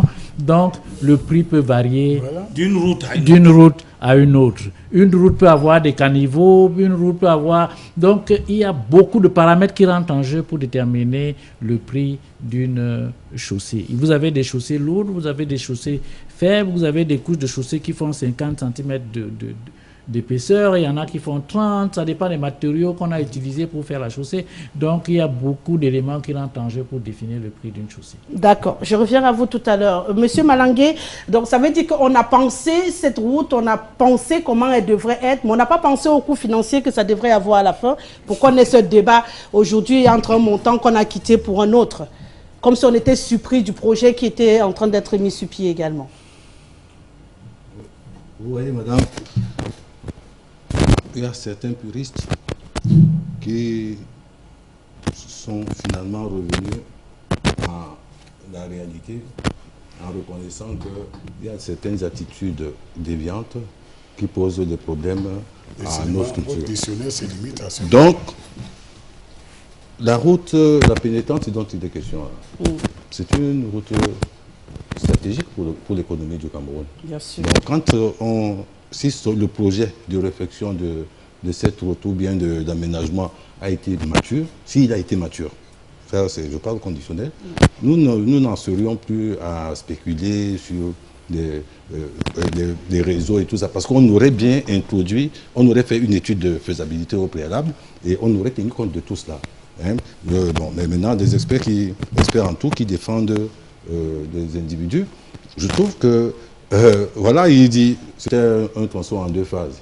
Il y a une phase qui va de point 0, donc Marché des Fleurs, jusqu'à PK10, Borne 10, je crois. Oui, et puis la deuxième phase qui va à Borne 10 jusqu'au pont de Japoma, c'est celle-là qui va coûter 43. Enfin, les chiffres que j'ai vus, c'était 43 milliards. Bon, je ne suis pas expert, monsieur Fezeux qui est expert en la matière, il va certainement nous dire ce qu'il faudra faire. Le plus important pour le Camerounais, et pour le Cameroun, c'est que cette route soit bien faite.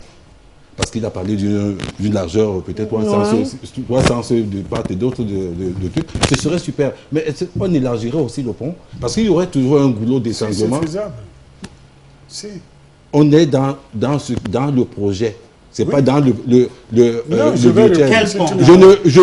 pont de Japoma. De la Dibamba. Donc, en fait, la question que je me pose, c'est que, est-ce que dans le projet, il est prévu l'élargissement du pont? Parce que s'il y a des voitures de trois sens de part et d'autre, avec des sens giratoires et des mobiliers urbains qui bon, je sais même pas ce que... Enfin, vous allez nous dire ce que c'est que le mobilier urbain. Oui, c'est la publicité et tout le reste. Il ne faut pas aller à Polytechnique. Il y a encore un pilote dans cet avion? Bien sûr, rassurez-vous. C'est vous, n'est-ce pas? Oui. Merci. Il y a un tout bleu dans l'avion. Ah bon, justement, ça tous les spectateurs sont témoins. Donc, alors, maintenant, voilà le problème. C'est une route qui nous rapporte, qui apporte de l'argent à l'économie du Cameroun. Il faudrait que donc on lui accorde un... Enfin. Je ne vous ai pas attendu pour le penser, Monsieur Cobb. Il faudrait qu'on attende, un bon travail.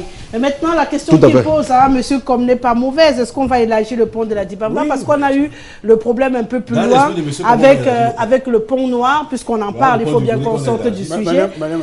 Pour parler du pont noir, on avait également prévu d'élargir. Finalement, on ne l'a pas fait. On a traversé la première partie du chantier. Maintenant, on va entamer la seconde partie. Est-ce qu'on peut avoir la chance, au moins qu'à la Dibamba, on va élargir? Madame Aïssi, gouverner, c'est prévoir, certes, mais dans la prévision, quelque chose peut vous échapper ou un élément nouveau qu'on appelle la force majeure peut intervenir. D'accord?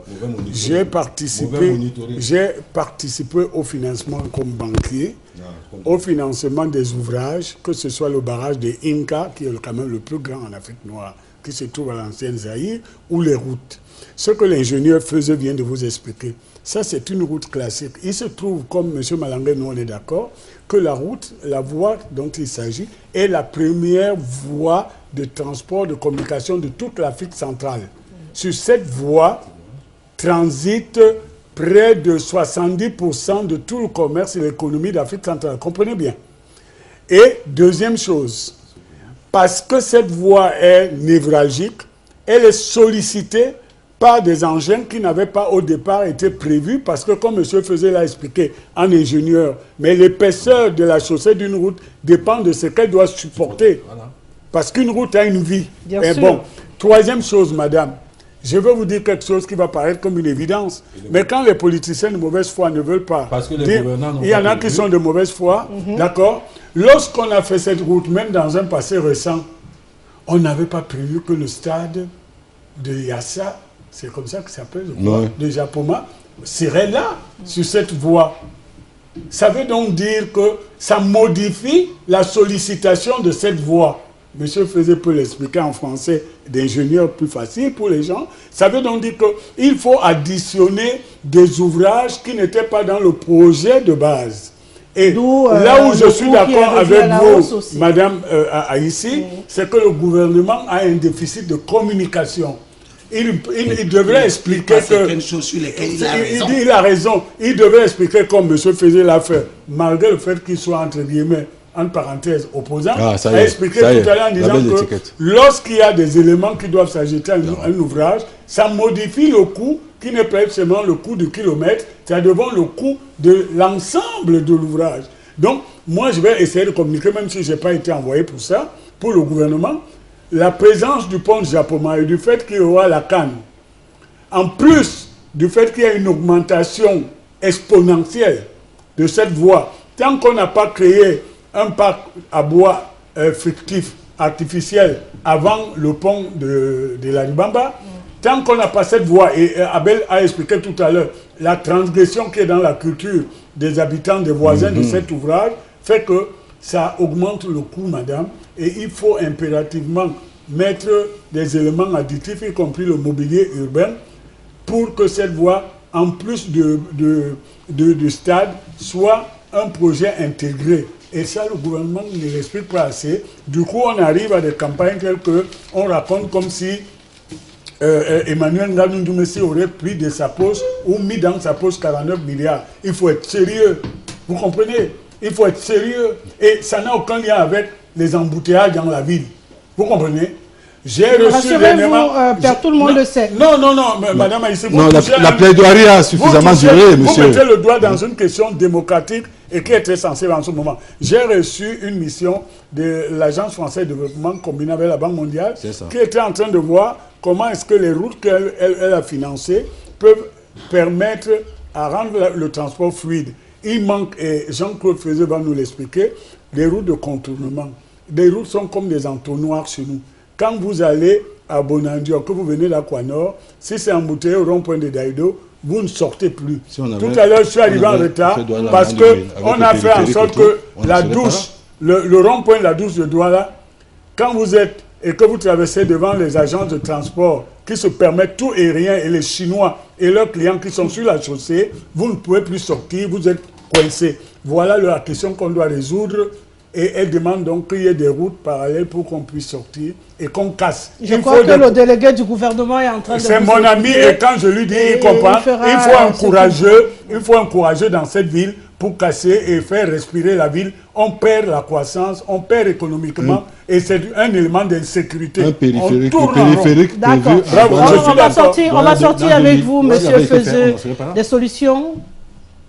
Oui, les solutions... Il en parlait tout à l'heure, monsieur Evencom, qui suggère peut-être que vous ayez une vision un peu plus ouverte de la question. Oui, je pense que les solutions sont techniques. Et nos ministères en charge de la gestion des routes ont des ingénieurs. Qui très souvent se sont trompés aussi. Il faut seulement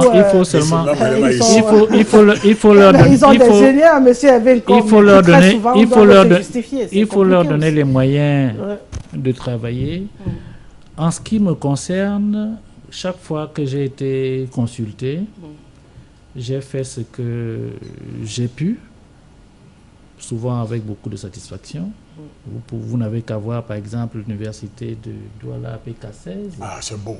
Oh, c'est beau. Donc, ça fait partie des ouvrages que nous avons conçus. Il y a l'extension du Premier ministère, il y a pas mal de choses. Vous parlez du génie civil. Du génie Même civil, si je meurs d'envie de savoir quel problème on a avec la route de Bipanda, l'axe qui quitte... Vous êtes vraiment porte-parole des provocateurs. Non, pas des provocateurs, je parle pour les Camerounais, malheureusement. Non, j'ai la chance de vous avoir sur ce plateau, vous permettez que j'en profite. Beaucoup de Camerounais dans la ville de Douala n'arrivent pas à comprendre le projet. Qu'est-ce qui se passe? Le projet qui quitte... Génie militaire, la route appelée génie, la route des militaires. Oui. Je vais vous dire quelque chose de curieux. Je vous ai dit tantôt que le code des marchés publics a été très bien rédigé. C'est comme une Bible. Mais malheureusement, il n'y a pas que cette route-là.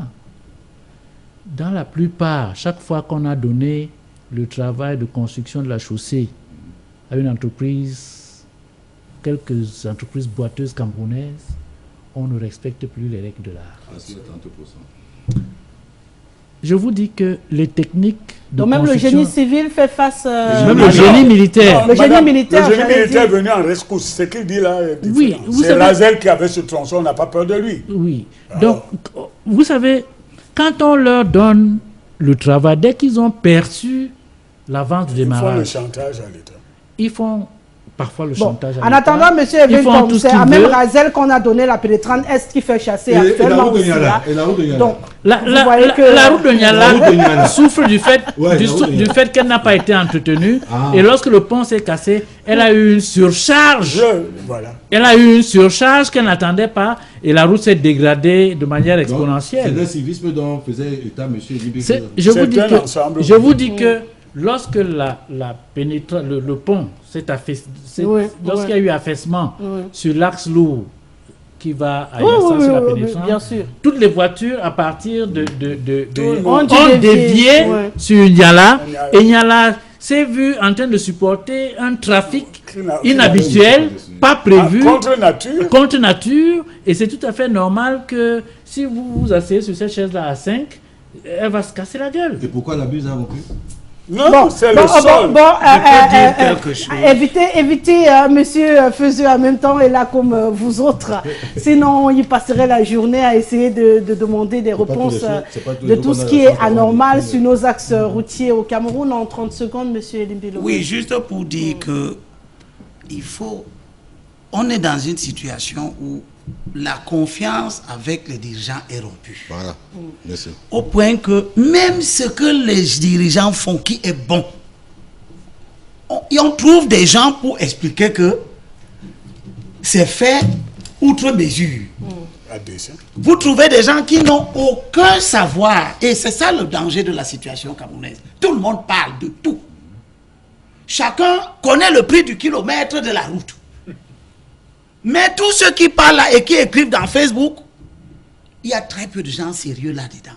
Même si vous leur dites de calculer les contraintes d'une route, ils ne le feront pas. Et c'est eux qui entretiennent l'opinion.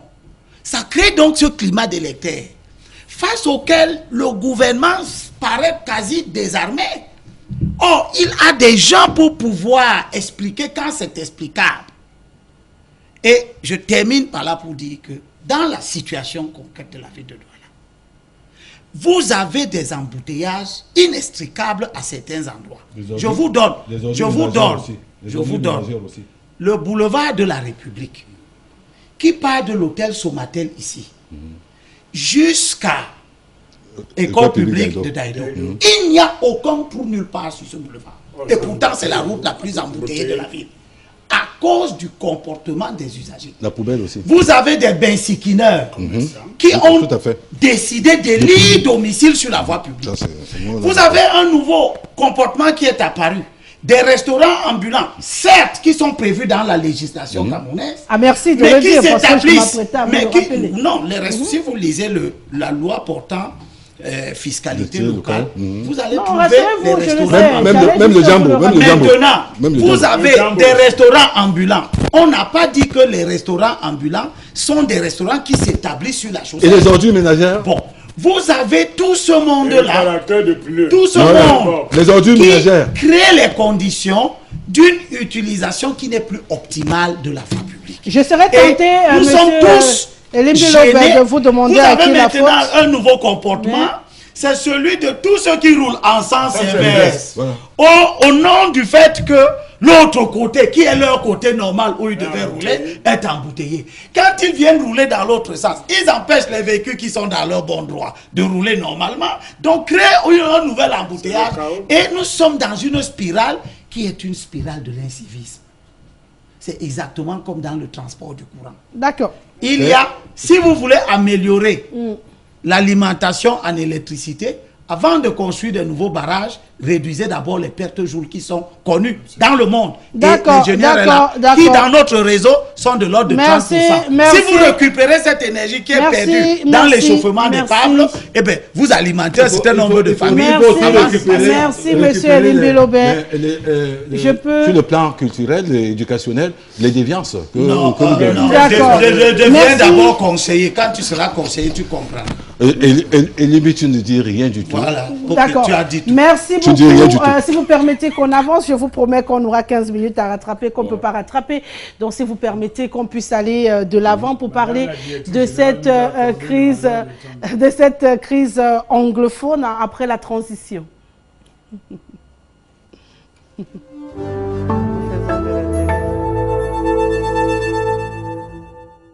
On parle de crise anglophone cet après-midi. Encore cette semaine, on a enregistré quelques situations alarmantes dans la partie nord-ouest du Cameroun, notamment au niveau d'Akoum, où on a eu cette rupture, les sécessionnistes qui ont décidé de diviser la route en deux en creusant un gros ravin à base d'un catépia. Malheureusement, on a un chauffeur qui est resté sur le carreau dans cette autre sortie, et bien sûr plusieurs bus d'une société de transport interurbain qui ont été réduits en cendres au cours de cette attaque-là. Un couvre-feu a été finalement institué par le gouverneur de la région du nord-ouest du Cameroun et de l'Afrique d'Ébène entre 18h et 6h, ce jusqu'à nouvel ordre.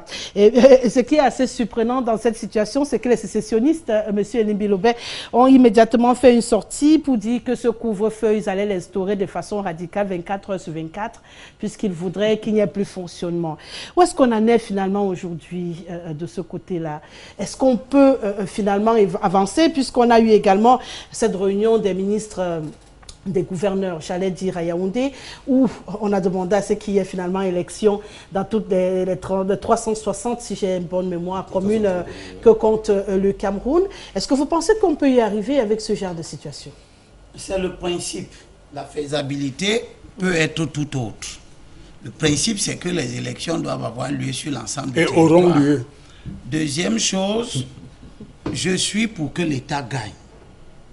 Je suis pour que l'État l'emporte dans ce conflit. Que l'État s'affirme, que l'État ne recule pas. Parce que s'il advenait que l'État recule, la culture de l'agression de l'État va se mettre en place. Chacun pour un oui ou pour un non va vouloir imposer à l'État. Je suis partisan des États forts. Je ne suis pas partisan des États. Tu te lèves le matin, tu dis que je veux la fédération. Oh, viens t'asseoir sur la table de discussion. Demain, tu veux le royaume. Oh, venez vous asseoir sur la table de... Je ne suis pas partisan de ça. D'accord. Je suis donc pour que, premièrement, l'État fasse... Parce que les élections présidentielles sont un élément du règlement de la crise. Les élections présidentielles participent au règlement de crise dans tout le monde entier. C'est parfois en changeant les hommes qu'on arrive à une nouvelle perception de la crise et à des nouvelles solutions. Donc, ceux qui ont maille à partie avec le régime, mais qui veulent qu'il n'y ait pas d'élection, sont dans une espèce de non-sens. D'accord. On a vu des gens, je termine s'il te plaît, on a vu au début de cette crise, et nous avons fait cette discussion-là ici, des gens, des hommes politiques, qui défendaient l'idée que, parce qu'il y a insécurité au nord-ouest et au sud-ouest, il ne faut pas qu'on ait même des élections, parce qu'on ne peut pas avoir des élections et deux parties du territoire ne sont pas concernées. Eh bien, c'est des hommes de mauvaise foi. Dans tous les pays du monde où il y a des mouvements sécessionnistes, dans tous les pays du monde, en Inde, au Sénégal, en Casamance, pendant qu'il n'y avait pas d'élection en Casamance, il y avait des élections au Sénégal. Le président Abdou Diouf a été réélu dans ces conditions. Le président Abdoulaye Wade a été élu dans ces conditions. La Casamance était en guerre civile. Au Maroc, le roi a changé, les gouvernements ont changé, les députés ont changé, la question du Sahara occidental est toujours sur la table, etc., etc. Nulle part au monde, une guerre civile dans une partie du territoire, en Grande-Bretagne, en Irlande, il y avait des troubles, ça durait, mais on faisait des élections. Margaret Thatcher est venue, elle est passée, etc., etc. En Espagne. Donc, il ne faut pas que les gens se trompent de débat. D'accord. Les élections auront lieu, elles doivent avoir lieu. Si jamais dans certaines localités, il arrive que les élections n'ont pas lieu, ce serait regrettable, mais ça ne va pas empêcher le Cameroun d'élire un président de la République. D'accord. Je redemandais la parole pour expliquer quelque chose. Hein. J'ai fait un double jeu tout à l'heure pour mélanger la crise anglophone avec l'élection présidentielle pour qu'on ait pu accéder tout à l'heure.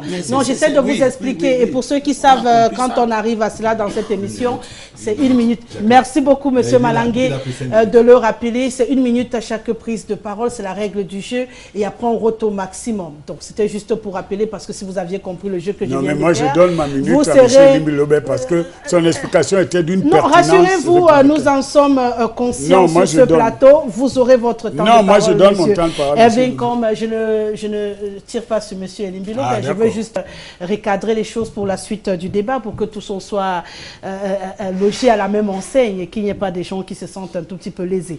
Pour revenir donc dans notre discussion, je disais tantôt, qu'est-ce qu'on peut se demander aujourd'hui, M. Malangué, si Bamenda ne devient pas une ville frondeuse au fond, hein, avec tout ce qui se passe, parce que dans le sud-ouest Cameroun, ça semble un peu plus calme déjà, après tout ce qu'on a eu, les sorties des chefs et autres, mais dans le nord-ouest, on continue à avoir beaucoup de remous, malgré la récente sortie des dames qui appelaient également à la paix, parce que oui, les femmes sont également sorties dans le nord-ouest du Cameroun, après celle du sud-ouest, pour appeler à la paix. Vous voyez, ce genre de stigmatisation régionale n'est pas très conforme n'est pas de nature à ramener une certaine paix. Parce qu'il y a des habitants de Bamenda qui sont en train de fuir. Il y a des familles ici. Tout à côté de moi, il y a une dame qui avait 8 personnes chez elle. À l'heure où je vous parle, ils sont peut-être 33. Parce que des gens ont fui de Bamenda. Donc le problème n'est pas là. Il faut déjà regarder, savoir sur un double plan. Notre constitution est-elle aussi rigide, ou alors il faut penser à une constitution un peu plus souple pour pouvoir déterminer la forme de l'État par des canaux légaux. n'est-ce pas? De deux, il ne faut pas confondre. Il y a une... Si je comprends entre les lignes, vous demandez de discuter la forme de l'État? Non, non, non. Je dis bien qu'il faudrait revoir que les politiques comme les prétendus grands politiciens comme Erwin Komm, revoir dans quelle mesure, nous disons non, dans quelle mesure la constitution du Cameroun peut être un peu plus souple. Bon, parce que c'est... Et puis il y a une confusion qui se fait là, confusion entre le gouvernement et l'État. C'est pas très bon, parce qu'il ne faut pas confondre le gouvernement et l'État. L'État, c'est l'État, le gouvernement, c'est le gouvernement. Pour revenir une nouvelle leçon de science. Je dis bien que l'État, c'est l'État. Bien sûr. Le gouvernement, c'est toute autre chose. Bien sûr que de toute façon. Je résume en 2 mots. L'État, c'est tout le Cameroun, le gouvernement, c'est ceux qui... Non, ça ne veut rien dire. Il ne faut pas prendre les Camerounais pour des imbéciles. Non, s'il vous plaît. Un État, c'est une population, un territoire et une administration qu'on appelle le gouvernement. Non. Voilà, tout ça est compris dans l'État. Dans le gouvernement n'est pas l'État, monsieur. Non, le gouvernement n'est pas l'État. Vous venez de définir, monsieur Evenko. Il n'y a pas d'État sans gouvernement, madame. On est d'accord, mais l'État n'est pas le gouvernement. Vous venez de dire que l'État comprend les citoyens, le gouvernement. C'est vous qui venez de définir. C'est cet enfumage que vous continuez. Monsieur Evenko, c'est vous qui venez de définir. C'est même pas de ça. Bon, avançons, s'il vous plaît. Je termine donc. La minute était écoulée. Oui, parce qu'il m'a interrompu. C'est pas de bêtises, je ne vais pas t'interrompre. La bêtise, elle habite chez toi et elle va en congé chez les autres. Non, tu as une insuffisance. Donc, j'étais en train de dire que la crise, là, il faut faire un arbre des causes pour la résoudre. Parce que ça ne sert à rien quand on a un bouton Sauf que, M. Malangui, les raisons de cette crise, on les a débattues au moins 30 fois sur ce plateau. Tout le monde sait pourquoi. Et tout le monde sait où on est. Si tout le monde sait donc où trouver la solution de la crise, allons-y. Allons trouver la solution là où tout le monde sait. D'accord. Voilà.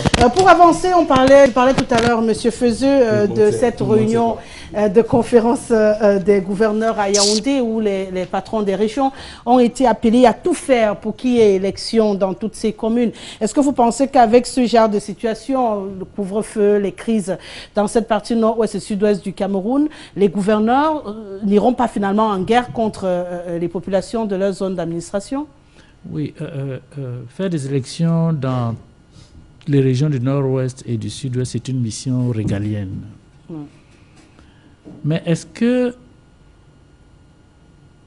avec l'état des lieux actuel, dans ces 2 régions, il est possible de faire des élections?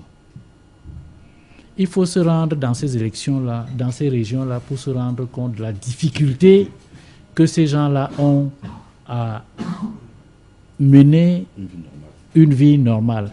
Lorsque vous avez la population pour les adversaires de l'armée régalienne, je vous assure, vous êtes mis en mal. Je dis, lorsque vous avez la population qui est de l'autre côté, contre les forces de défense nationale, je vous assure, vous n'avez plus de renseignements fiables. Parce que les renseignements vous viennent généralement de la population. Mais lorsque celle-ci est contre vous, votre mission est extrêmement difficile. Mais moi, je pense qu'il faut que l'État fasse tout pour qu'il y ait des élections dans ces 2 régions. S'il n'y a pas élection dans ces 2 régions, ça veut dire qu'on prête la main à tout gouvernement qui voudrait se maintenir au pouvoir en disant à chaque fois que le fief de l'opposition là, il crée une mésentente là-bas pour dire qu'il n'y aura pas élection dans ce coin-là. Il ne faut pas prêter le flanc à ce genre de réaction. Alors, pour entrer en plein et totalement dans cette élection présidentielle, on a noté que le Nord est une zone très sollicitée, M. Emmanuel Komm. Il y a une opération de charme, puisqu'on va parler tout à l'heure de cet ouvrage, on sortira avec. L'opération de charme qui se multiplie dans le septentrion, après le SDF, le RDPC, le MRC, le Parti Univers, l'AFP, tout le monde y va. Est-ce que ce serait l'électorat clé peut-être de ces élections présidentielles? Je suis assez surprise d'ailleurs de ne pas avoir un Gandoura sur ce plateau parce que depuis 4 semaines environ, j'en ai toujours au moins 2 ou 3. Mais il y a des gens qui ne parlent pas les Gandoura, c'est mon cas. Bon, madame, vous ne pouvez pas m'empêcher de dire un mot sur une question essentielle que vous avez posée, à savoir ce qui se passe dans le Nord-Ouest. Je pense qu'il faut que tout le monde prenne conscience du fait que ceux qui ont commencé cette entreprise de désordre, de chaos, et qui ont voulu à un moment faire croire que c'était pour des raisons politiques, l'entreprise est devenue cancérigène et les échappe. J'ai passé une journée dans le sud-ouest dernièrement, plus exactement à Boya et Myuka, Mtengane et Limbe. Je peux vous dire que l'entreprise de terreur que certains ont voulu créer est en train de perdre son pied. Donc il faut être optimiste. Dans le sud-ouest du Cameroun? Dans le sud-ouest. D'accord. Deuxième chose que j'ai à vous dire, il se passe des événements, comme vous avez donné un caractère politique, qui relèvent simplement de la grande criminalité. C'est-à-dire que ce sont des bandits doublés d'un caractère terroriste qui ont pensé que les politiciens qui ont joué à ce jeu leur ont donné un environnement et des coupeurs de route et des des terroristes et des voyous et des drogués et qui se lancent dans ce genre d'entreprise. Le président Paul Biya a répondu à toutes ces questions. Nous ne pouvons pas bâtir une démocratie forte avec un État faible. Vous comprenez? Et il faut que l'ordre public, et c'est en cela que je vous ai dit que l'intervention de M. Elimbi Lobert me remplit de joie, parce qu'il y a enfin des hommes courageux dans ce pays qui ne sont pas obligés de flatter l'opinion. Il n'existe pas, mon cher Jean-Claude Feuzeux, de population contre l'armée dans ces régions. C'est une idée qui a été diffusée pour créer la confusion. L'armée camerounaise n'est pas une armée d'occupation, elle est sur un territoire camerounais, et là on revient au débat qu'on a eu tout à l'heure. Qu'est-ce qu'un État? C'est un territoire, une population, une administration. Ça, c'est le minimum. Et l'armée camerounaise est une composante de l'administration de ce territoire. Maintenant, vous me demandez pourquoi les gens vont au nord. Mais écoutez, moi, je m'en réjouis. Moi, je m'en réjouis. Ah non, je ne vous demande pas pourquoi. Non, vous me posez une bonne question, je m'en réjouis. Ce qui me peine, ce qui m'attriste, c'est que l'absence de programme, parce que nous, on s'est tué depuis, on attend, et maintenant que nous sommes en train de leur relever sur leur simple déclaration le coût ou le caractère démagogique et populiste de certaines de leurs déclarations, ils fuient le débat. Les gens qui vont au nord et qui font semblant d'être des nordistes, je ne sais même pas si un nordiste veut dire Ngandoura, parce que la majorité des habitants du nord ne sont pas des musulmans. Les gens qui sont dans le septentrion, les Toupos et tout sont ou animistes ou chrétiens. Donc il faut arrêter ces trucs-là. Ce sont des gens qui confondent l'agitation, le tourisme agité et puis le bavardage inutile. Moi, ce qui m'intéresse aujourd'hui, ce n'est pas le fait que les gens fassent le tour du Cameroun. Nous sommes tous compatriotes et ils ont le droit d'aller et revenir partout. Ce qui m'intéresse, c'est lorsque quelqu'un déclare qu'il va donner 160 000 francs. Écoutez, vous allez souffrir de m'entendre parce que je suis... mais celui qui n'est pas sur ce plateau. Bon, ok, je laisse ça. Lorsque quelqu'un dit, par exemple, qu'il va mettre un hôpital, un lycée polyvalent, un hôpital de référence dans chaque arrondissement. Quelqu'un a dit ça sur ce plateau? Non, je ne parle pas de vous. Monsieur je finis. Je finis, madame Aïssi. Je vous respecte, je finis. Si vous ne jouez pas le jeu, je serai... Madame Aïssi. Non, rassurez-vous, il va terminer. Madame Aïssi. Il va terminer. Je termine. La prochaine fois, ne m'invitez pas, mais je vais vous dire. Non, pourquoi? Le nombre de fois qu'on parle du RDPC lorsqu'il est absent dans vos débats, nous le comptabilisons et vous ne pouvez pas m'encastrer ou me séquestrer dans une logique en disant que je ne parle pas de ce qui est dit. D'accord? Je parle des gens qui font des choses et des gens qui promettent le paradis aux Camerounais alors que ce sont des démagogues et des menteurs. Ils n'ont qu'à venir relever cela. Je dis donc pour terminer que les candidats sont libres de faire le tour du Cameroun. Ils sont libres parce que nous sommes dans un État libre, une démocratie. Mais ce qu'ils disent et ce qu'ils promettent, nous allons le relever parce que nous avons commis des groupes d'experts et nous avons commencé à le faire pour dire aux Camerounais, attention, la saison des mensonges et des promesses est telle que faites attention, ces gars veulent détruire notre pays. La vraie question, ça va être, êtes-vous pour un Cameroun, un et indivisible, et c'est ce qu'incarne le candidat Paul Biya, et un Cameroun où les gens vont faire des expériences, comme je viens d'entendre un homme d'une telle intelligence comme Alamé, Monsieur... ou même faisait dire que la Constitution peut être souple et immuable tous les matins, selon les démangeaisons d'un groupe de bandits quelque part, on va faire un référendum. C'est non. Monsieur Emmanuel Com, rassurez-vous, rassurez-vous.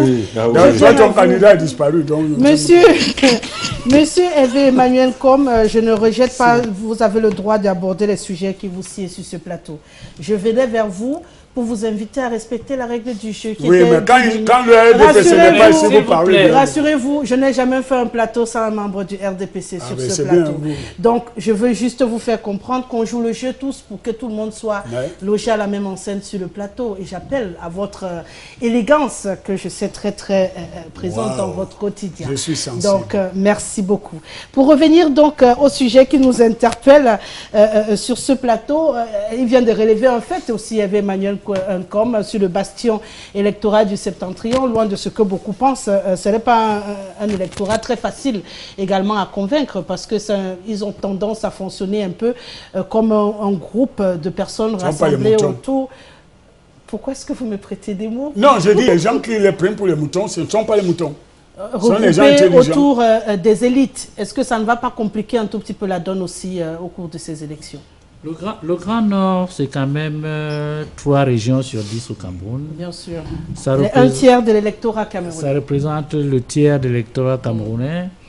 Et ça veut dire que c'est quand même une partie du Cameroun suffisamment qui peut peser sur la balance. Et ce sont des gens qui suivent les leaders d'opinion dans le Grand Nord. Ils suivent les leaders d'opinion. Lorsque Dakolé parle chez lui, il est suivi. Parce qu'il est crédible. Dans son fief, il est crédible, il est suivi. Comme Damdio est crédible dans le... Comme Damdio, il y a des leaders charismatiques dans le Grand Nord, ce qui fait que si vous les avez avec vous, vous êtes sûr au moins d'avoir leurs fanatiques derrière vous. C'est certain. Alors, qu'est-ce qui fait donc courir les gens dans le Grand Nord? Moi, je pense que, défini comme je viens de le faire, il est tout à fait normal que chaque leader descende au Grand Nord pour essayer de conquérir le maximum possible. Si on laisse ce champ-là seulement à Kavaye et Djibril et au groupe d'Hervé, là, ils vont nous remplir les bulletins là sans... Non, mais tu mélanges. Ils vont nous remplir les bulletins avec les chiffres qui ne respectent pas les canevas normaux. Nous savons comment ils font. Donc, la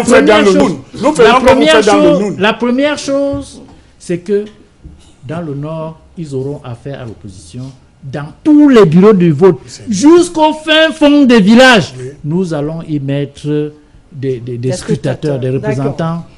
Il en souffre. Ah non. Il en souffre, ça je sais. Ah non, monsieur, c'est pour ça qu'il marche toujours avec le fameux livre là pour croire que... Rassurez-vous, on va parler, on va justement parler, vous aurez l'occasion de dire ce que vous pensez. À 86 ans, s'il vous plaît. Je ne suis pas sûr que tu peux entrer dans une voiture conduite par quelqu'un de... Madame Aïssi, je ne peux pas laisser monsieur Faisé nous traiter de fraudeurs et vous me dites que non. Monsieur, le catalogue de fraude du RDPC, c'est 400 pages, je te pose une question, c'est 400 pages, ça dépasse ce livre-là. Jean-Claude. Oui, c'est 400 pages. Calme ta joie. Quel est le parti politique au Cameroun qui a une implantation nationale et qui se trouve dans toutes les mairies de tout le Cameroun? Avec des sous-préfets comme responsables. Non, je parle des mairies, monsieur. Avec des sous-préfets. Si vous avez un problème de sémantique, je vais vous ramener à l'ordre. Je parle des mairies. Quel est le parti qui a cette implantation nationale? Le RDPC n'a pas besoin de frauder. C'est le seul parti national dans cette compétition. Moi, je ne parle pas de ce qui se passe dans le Noun. Je ne parle pas de ça. Tu n'as pas besoin de sémantique. Je ne parle pas de... CAM, ce sont les gens du RDPC. Minac, ce sont les gens du RDPC. C'est tout le système. C'est tout à fait normal. Franchement, tu es décevant. De quoi vous parlez? Si vous êtes un enseignant, votre fils est premier en classe parce que vous lui donnez les devoirs. Vous allez dire que votre fils est très fort? Si vous êtes un enseignant, écoutez Hervé. Parce qu'il faut... Toi, tu es professeur de lycée, tu es professeur de maths au lycée.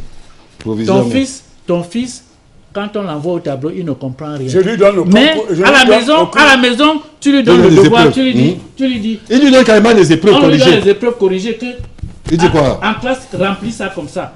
Et en classe, il remplit, il a 18. Il est premier. Monsieur Tu vas dire qu'il est très fort? Monsieur Frégé.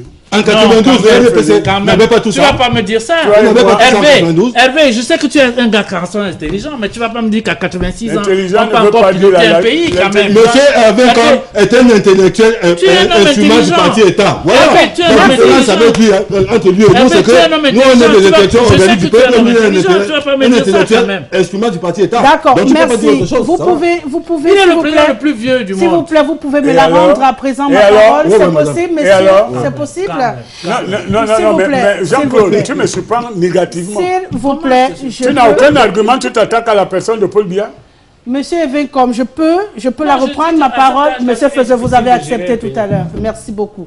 Je me retourne vers Monsieur Limbi Lobet pour parler justement de cette présidentielle. On a des sons de cloche encore dissonants du côté de l'opposition. On a du mal, hein. Je reçois des SMS, pourquoi je ne veux pas les lire depuis, où on demande si à une semaine du début de la campagne électorale, on a déjà un son de candidat unique du côté de l'opposition.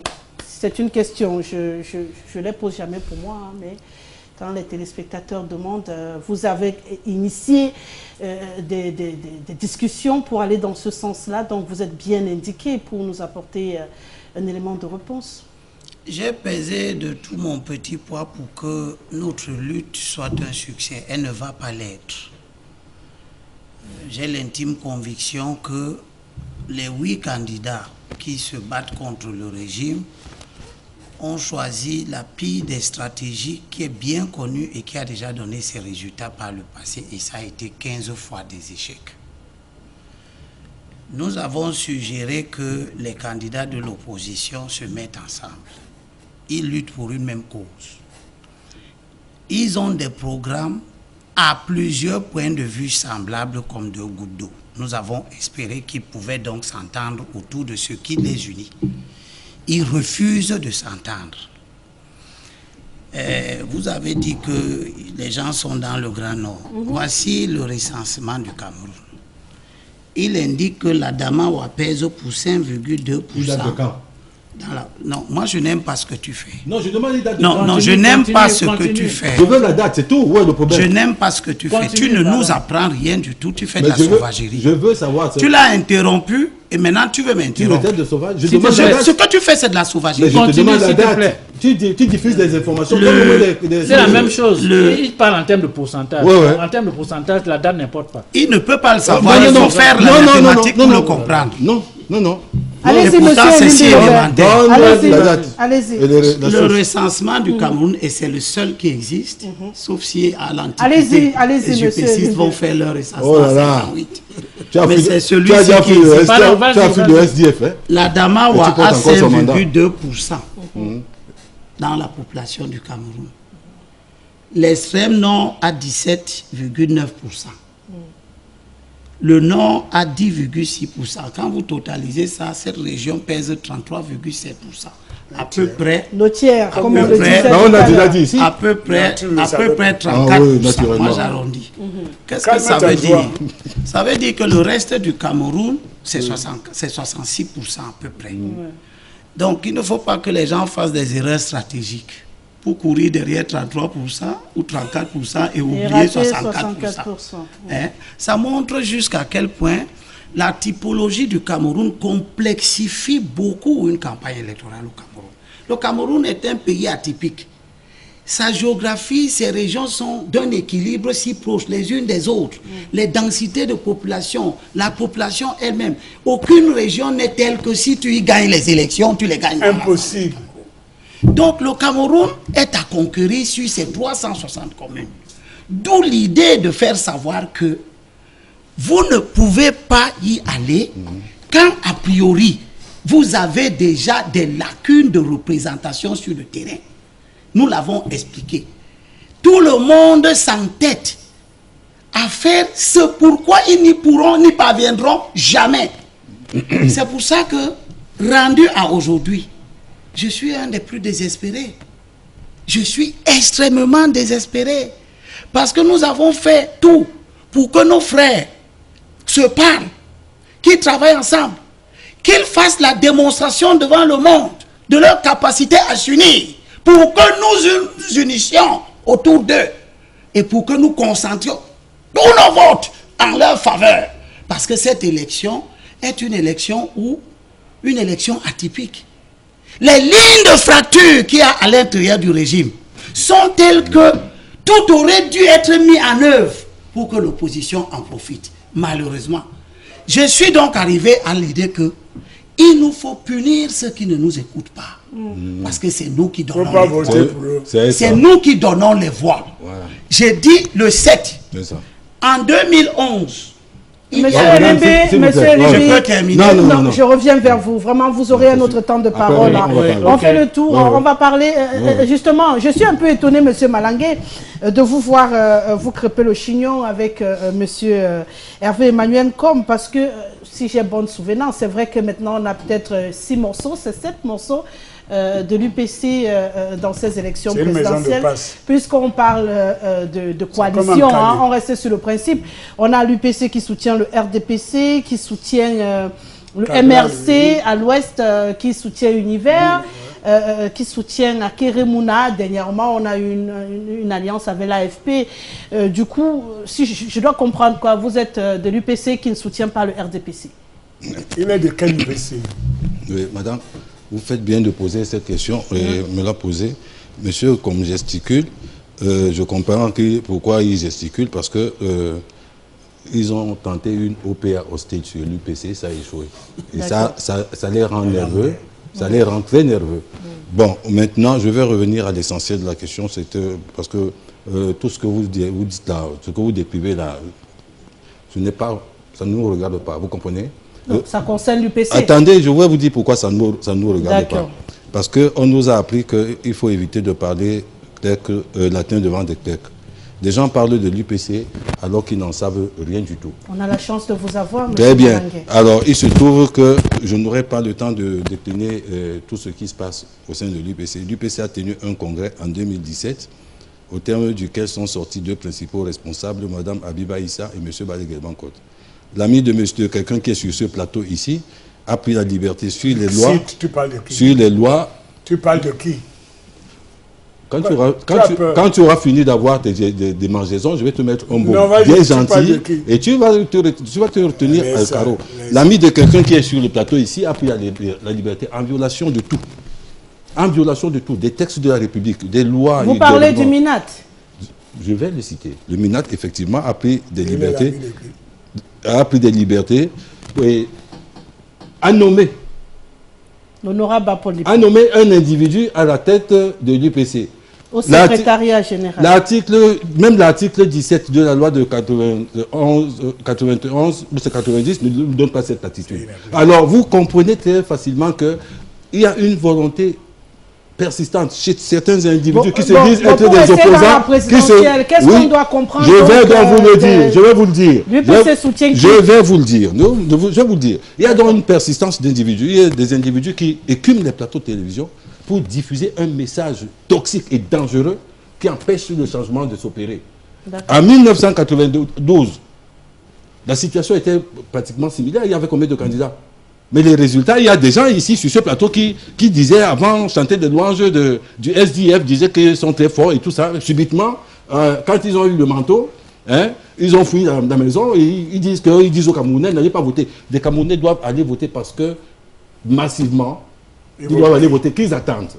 La campagne va commencer bientôt. Ils doivent aller voter massivement pour sanctionner le régime qui a mis le Cameroun dans la situation dans laquelle on est. Toute autre personne qui gesticule et puis les plateaux en disant on va voter le blanc, parce que si chacun est libre, maintenant il y a des gens qui parlent eux-mêmes, ils ont un mandat, ils disent qu'ils sont contents d'avoir un mandat électif, ils n'appartiennent à aucun parti, ils ont fui, ils marchent comme ça dans les airs, ils n'ont aucun repère. Pour le libéralisme communautaire, monsieur, rassurez-vous, vous allez rebondir.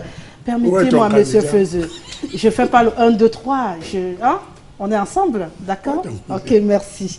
Pour le libéralisme communautaire, paru en 1987, réédité en 2018, bien sûr, monsieur Hervé Emmanuel Com, vous étiez au devant de la scène pour ce document qui nous interpelle, puisque ça sort en période de pré-campagne, et à l'intérieur, vous dites que ça confirme, c'est censé confirmer la pensée du chef de l'État, son Excellence Paul Biya, sa vision de la société et les principes idéologiques Vous avez l'impression que ces principes sont défendables à l'heure actuelle? Absolument, absolument. Madame, ici, l'intérêt de ce livre, qui est en même temps un livre-programme, qui est un livre d'une projection, une vision de l'Afrique, c'est que d'abord, c'est le livre d'un emploi télégraphique, c'est le livre d'un jeune président en 87 qui, voyant le monde comme il est, a choisi le chemin le plus compliqué, refusé, n'est-ce pas, le mimétisme des idéologies importées, que ce soit le socialisme ou le capitalisme sauvage, voire même certaines voies africaines. Il a pensé une voie qu'il a estimée adaptée pour construire une nation forte au Cameroun. Est-ce que vous avez l'impression... Non, rassurez-vous, je vous relance pour qu'on aille vers là-bas. Est-ce que vous avez l'impression que ça a été concrétisé entre 87 et 2018? Madame, s'il vous plaît, pour l'intérêt des spectateurs, si vous faites une juxtaposition de questions, laissez-moi dérouler le chapelet des réponses. Donc, la pensée du président, c'est d'abord qu'il fallait construire une vision du monde qui soit propre au Cameroun, à l'intérêt du Cameroun. C'est une forme de nationalisme qu'il a appelé le libéralisme communautaire, c'est-à-dire un État qui garantit les libertés, mais tout en étant solidaire pour que les citoyens ne soient pas faibles et laissés pour compte. D'ailleurs, il utilise une pensée chinoise très bien en disant que ce sont les couleurs qui rendent beau un tapis. Ça veut dire que c'est notre diversité, notre façon de vivre ensemble, y compris sur ce plateau, vous le voyez, qui va nous rendre forts. Maintenant, vous me demandez, est-ce que, ça a été implémenté et est-ce que c'est d'actualité? Ça a été implémenté, peut-être pas au rythme que tout le monde aurait souhaité, parce qu'il y a des secteurs dans lesquels il y a la réussite. Je peux vous en citer quelques-unes. C'est-à-dire... à la prochaine émission. Non, par exemple, nous sommes ici dans un débat télévisé. Ça n'existait pas avant. Et la liberté fait que personne ne prend le maquis. Avant, M. Malangé était obligé de se cacher, utiliser les pseudonymes. Madame, M. Malangé se cachait pour exprimer ses avis, et aujourd'hui c'est libre. Vous avez plusieurs télévisions. Nous avons... C'est pas vous qui avez apporté la démocratie au Cameroun. Nous avons au Cameroun plus de 200 radios libres. Nous avons plus de 500 journaux. Et est-ce qu'on a avancé? Les institutions sont presque au complet de la démocratie.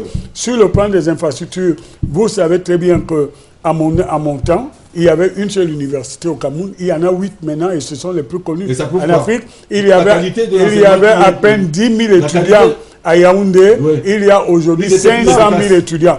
Et je termine en disant ceci, puisque M. Malangé ne veut pas me laisser parler. Non, parlez, allez-y, s'il vous plaît. Dans ce livre, donc, on a fait le constat, et croyez-moi, nous avons des groupes d'experts qui vont le présenter, chiffrer ce qu'il représente, et nous n'avons pas honte du bilan de Paul Biya, qui est notre candidat. Et ce livre est d'une extrême actualité, d'où sa mise à jour, parce que vous avez les 30 objectifs qui fixent au Cameroun, qui répondent aux questions actuelles. Qui en est l'auteur? Paul Biya, monsieur.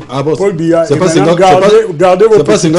Gardez vos petitesses pour vous. C'est pas ce gars qui je termine en disant... soyez honnête. Madame, la prochaine fois, invitez les gens de qualité. Écoutez, justement. Quand vous invitez un perroquet comme ça. Donc, les 30 objectifs pour le Cameroun, ce sont les réponses que le président apporte à la situation actuelle et invite la jeunesse camerounaise à faire confiance pour que le Cameroun s'arrime à la modernité tout en préservant son identité par la culture, par son économie, par des institutions fortes. Maintenant, M. Malangé, vous pouvez aboyer. Vous n'avez même pas de candidat. Votre place n'est pas sur ce plateau. Et vous n'êtes pas plus... J'ai plus de sang de l'UPC que vous. Monsieur, mais ça ne passera pas. S'il vous plaît, ne confisquez pas. Monsieur Feuzeux, il n'a pas la chance de me rencontrer souvent. Maintenant, il en a bu. Une chance. Oui. S'il vous plaît. Je ne rencontre pas les tonneaux vides. C'est plutôt la malchance. Je vous écoute. Moi, vous me cherchez, vous me connaissez. Non, je suis le commandant. D'accord. Pour l'instant, nous sommes à Bali. Monsieur Feuzeux, pour rester dans le débat, pour le libéralisme communautaire, déjà c'était en 87, aujourd'hui on est en 2018, ça a été réédité. Vous avez l'impression que tout ce que ça prenait, cette pensée dont parle monsieur Hervé Emmanuel Comme aujourd'hui, restait d'actualité et que ça parle à la population camerounaise 50 ans après? 50 ans. J'avais jeté un coup d'œil dans le tout premier. Je peux t'offrir. Il avait été bien rédigé, mais malheureusement, merci Jean-Claude. il n'a pas été appliqué. On a vécu le contraire de tout ce qui était dit dedans. En lieu et place de rigueur et moralisation, nous avons vécu la corruption, nous avons vécu le favoritisme, nous avons vécu le tribalisme, l'injustice sociale. Vous êtes le seul parti où la femme du président. L'injustice sociale est devenue une loi. L'ENAM, qui jadis fut cette école de privilèges pour nos administrateurs, est devenue l'école des réservés. Il faut être fils de X ou Y de l'administration pour y entrer. C'est pas Hervé qui va me le dire. Moi, j'ai jamais fait le concours de l'ENAM. Alors, j'ai étudié. L'école polytechnique, où à l'époque, on peut pas lui mettre n'y entrait pas n'importe qui. Il fallait être un brillant élément pour y entrer. Aujourd'hui, c'est devenu du n'importe quoi. Tu sors de ces écoles, fais attention à ce que tu dis. Fais attention à ce que tu dis. Je sais de quoi je parle. Tu veux supprimer l'ENAM? Vraiment, vas-y, allons. On doit restaurer à ces écoles-là leur valeur. Les réformer. On doit reformer ces écoles-là. On est d'accord, mais tu ne veux pas les supprimer. Leur valeur d'antan. Tout le monde est témoin. Leur valeur d'antan. Tu ne veux pas supprimer. Je n'avais pas besoin de X ou Y pour passer mon concours. Et un ami à toi qui veut supprimer ces écoles. Monsieur, bon, s'il vous plaît, madame, finissez votre exposé. Donc, par conséquent... Je risque, grâce à Evan, qu'on va me transformer en... Par conséquent, le nouveau là ne valait pas la peine d'être réédité. Tu n'as pas lu un livre, mais tu dis qu'il ne vaut pas la peine. Par contre, je vais revenir sur le problème que vous avez posé antérieurement sur... la coalition des différents candidats. Oui, on va sortir avec le sujet. Où est ton candidat? Comme lui, j'ai été très choqué. Je me suis battu. Je viens même de démissionner de l'AFP pour toutes ces raisons. Merci de donner la primeur à tous azimuts. Oui. Bienvenue à RDPC. Parce que, madame, tous nos candidats là, ça ne va pas. Mais le premier responsable, c'est le RDPC. Pourquoi? Aucun candidat ne peut s'allier à son partenaire tant qu'on n'a pas donné l'argent qu'ils attendent. Ça, c'est la première chose. Et le RDPC est très conscient, les tient avec. Donc ça veut dire qu'ils sont rentrés dans cette compétition d'abord pour de l'argent. Oui, sans les dans ce cas, s'ils ont du mal à s'entendre, quand vous avez investi, vous savez, en 91, en 2011, ils ont donné 5 millions, ils en ont reçu 30. Nombreux sont ceux qui attendent 30 fois 6. Ndiéga a fait une tontine pour être candidat et ils ont multiplié par 3 le montant qu'ils ont investi. Nombreux sont ceux qui attendent qu'on multiplie les 30 millions par 6. Donc du coup, c'est une affaire d'argent. C'est une affaire d'argent. Aucun candidat, je vous le dis, aucun candidat ne pourra s'allier à un autre. Tant que... Aucun des 8. Aucun des 8. Voilà, parce que le nôtre, il est bien candidat. Tant que les frais de campagne ne seront pas tombés. Ça, c'est la première chose. Deuxième chose. Voici la vérité. Deuxième chose, il y en a qui sont partis dealer. Avec le RDPC. Oui, il sait très bien qui l'a vu pour dealer. Il sait. Je connais comment tu marches. Donc, ils savent très bien marcher et négocier. Ils savent marcher la nuit pour négocier également la coalition de leur camp. Pour dire que n'entrez dans aucune coalition. Parce que quand vous n'entrez pas dans une coalition, je tire les bénéfices de votre présentation. C'est dommage. Tu es en train de faire un film. Merci. C'est pas un film. Ça, c'est pas un débat du quartier Makéa.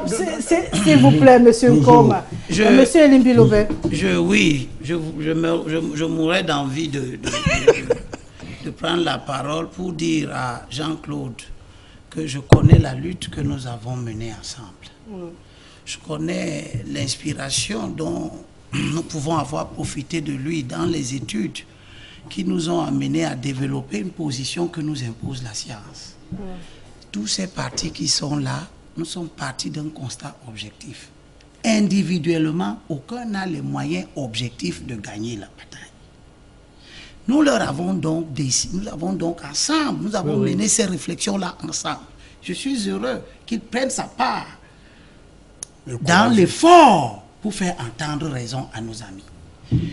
Il faut que nous n'oublions pas que l'obscurantisme n'est pas un argument. Ça ne nous permet pas de connaître la vérité. Mais est-ce qu'on ne peut pas avoir plusieurs coalitions? En 2007, en 2011, voici les résultats des élections de 2011. Il y avait 7 521 651 inscrits. 29 candidats. Il y avait 23 candidats. 22 candidats de l'opposition contre M. Biya, qui était toujours au centre d'une coalition politique, avec l'UNDP, le MDR, le FSNC, l'ANDP, etc. Il y a eu en 2011, à cause de cette prolifération de candidatures, qui elle-même correspond à une prolifération de messages, qui correspond à une dispersion d'un électorat, il y a eu 2 570 217 inscrits qui ont refusé d'aller voter. Ils étaient 34%. La dispersion de nos candidats, le refus de s'unir, la dispersion de nos voix a pour premier effet de décourager notre électorat. D'où la parole de Dieu que je vais regarder. Ah d'accord. En quoi je Si. On va sortir avec... Plus petit fils de pasteur. Vas-y, Elimi. Non. Honnêtement, je vais... On sort dessus. Il n'y a pas de souci. L'apôtre Paul parle aux Thessaloniciens. Dans 2 Thessaloniciens, chapitre 3, verset 14. Il leur dit, et ça nous concerne. D'accord. C'est au 1er siècle qu'il parle, mais en 2018, ça nous concerne. Il leur dit, mais si quelqu'un n'obéit pas à notre parole, comme notre volonté, notez cet homme. D'accord. Dans le sens de remarquer-le. D'accord. Ne votez pas pour lui. Cessez de le fréquenter pour qu'il en prenne honte. La Bible ne nous dit pas que le Cameroun est un État laïque. Si quelqu'un qui se réclame de nous refuse d'écouter, nous écouter, qu'on aille aux élections le récompenser. Non, elle nous dit d'aller aux élections parce que nous avons un message à faire passer. Nous ne devons pas être 2 millions d'abstentions. Nous devons être 0 abstention. Allez donc voter. Mais allez voter pour que ceux qui ont refusé de nous écouter soient sanctionnés. On prendra le 7, le bulletin du président Biya, on le met dans la poubelle, parce que depuis 92, nous combattons le président Biya. Laissez parler. Nous prendrons le bulletin de M. Kamto, on le met dans la poubelle. On prend le bulletin de Ossi, on le met dans la poubelle. On prend le bulletin de Akere, on le met dans la poubelle. On prend le bulletin de Cabral, on le met dans la poubelle, etc. Ndifo est dans la poubelle depuis avec Garga Aman parce qu'ils ont eu le courage et la sincérité dès le début de nous dire qu'ils ne veulent pas de travail en commun, ils ne veulent pas de mutualisation des efforts, ils ne veulent pas de conjugaison de nos intelligences. On prend leur bulletin, on les confirme dans la poubelle. On prend le bulletin de Cabral Matomba, on met dans la poubelle. Ndamjoya est dans la poubelle parce que nous devons créer les conditions pour que l'année prochaine ne ressemble pas à cette année. Que la même dispersion des voix ne se reproduisent pas l'année prochaine. Alléluia. Que les mêmes individualismes que tout le monde évoque. Jean-Claude est témoin. Tout le monde nous reproche des égoïsmes. Nous n'allons donc pas le 7 récompenser les égoïstes. D'accord. Nous allons les punir. D'accord. Ils seront responsables. Ils seront responsables du 16e échec. Et nous devons faire tout ce qui est possible et imaginable pour que ce genre d'attitude ne nous rende pas responsables du 17e et 18e échec qui arriveront l'année. D'accord, merci beaucoup. Je meurs d'envie avec vous de ne jamais m'arrêter jusqu'au soir. Malheureusement, on a déjà débordé de très longtemps. Quand les gens parlaient, tu faisais la lutte révolutionnaire. S'il vous plaît, le temps de l'émission est terminé. Messieurs. Ce qui est sûr, tu as lu la Bible? S'il vous plaît. Tu n'as pas lu le Coran? Ce qui est sûr, c'est que nous rentrons la semaine prochaine dans l'élection présidentielle proprement dite. Donc, on aura l'occasion d'écumer les programmes des uns et des autres également sur ce plateau. Du coup, le document y reviendra avec beaucoup de plaisir sur ce plateau puisqu'il porte le programme du candidat Paul Biya. Merci à toi, Jean-Martin Kemfak, pour la réalisation de cette émission et à Landry ainsi qu'à Youm pour ce qui est des cadrages. Au plaisir de vous retrouver samedi prochain, 15h. On sera toujours au cœur de tous azimuts et bien sûr on sera en plein dans la campagne électorale. Merci messieurs d'avoir accepté mon invitation et au plaisir de vous retrouver très très bientôt sur ce plateau. Au revoir.